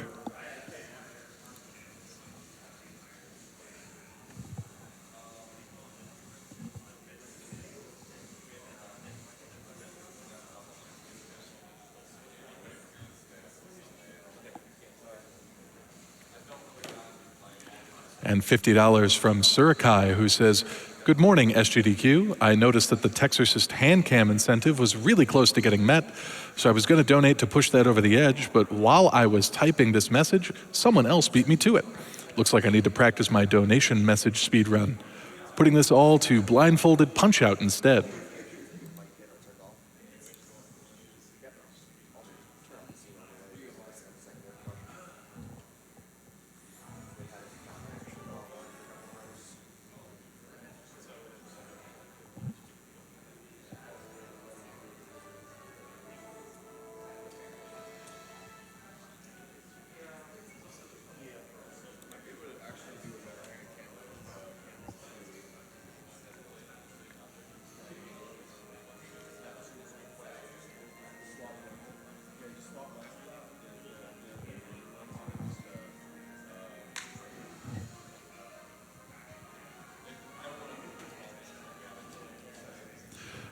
We have $10 from Kane, who says, thanks to whoever is in charge of the music. Great tunes.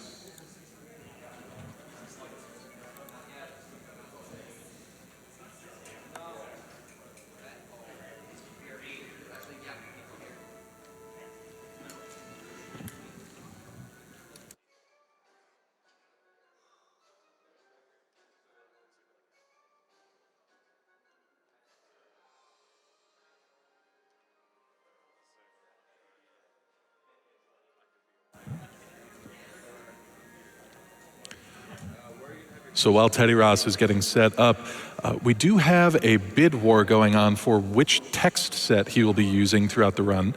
Currently, the alternative text is ahead by about $55, so you've got maybe a minute left to try and snipe that if you want to change that.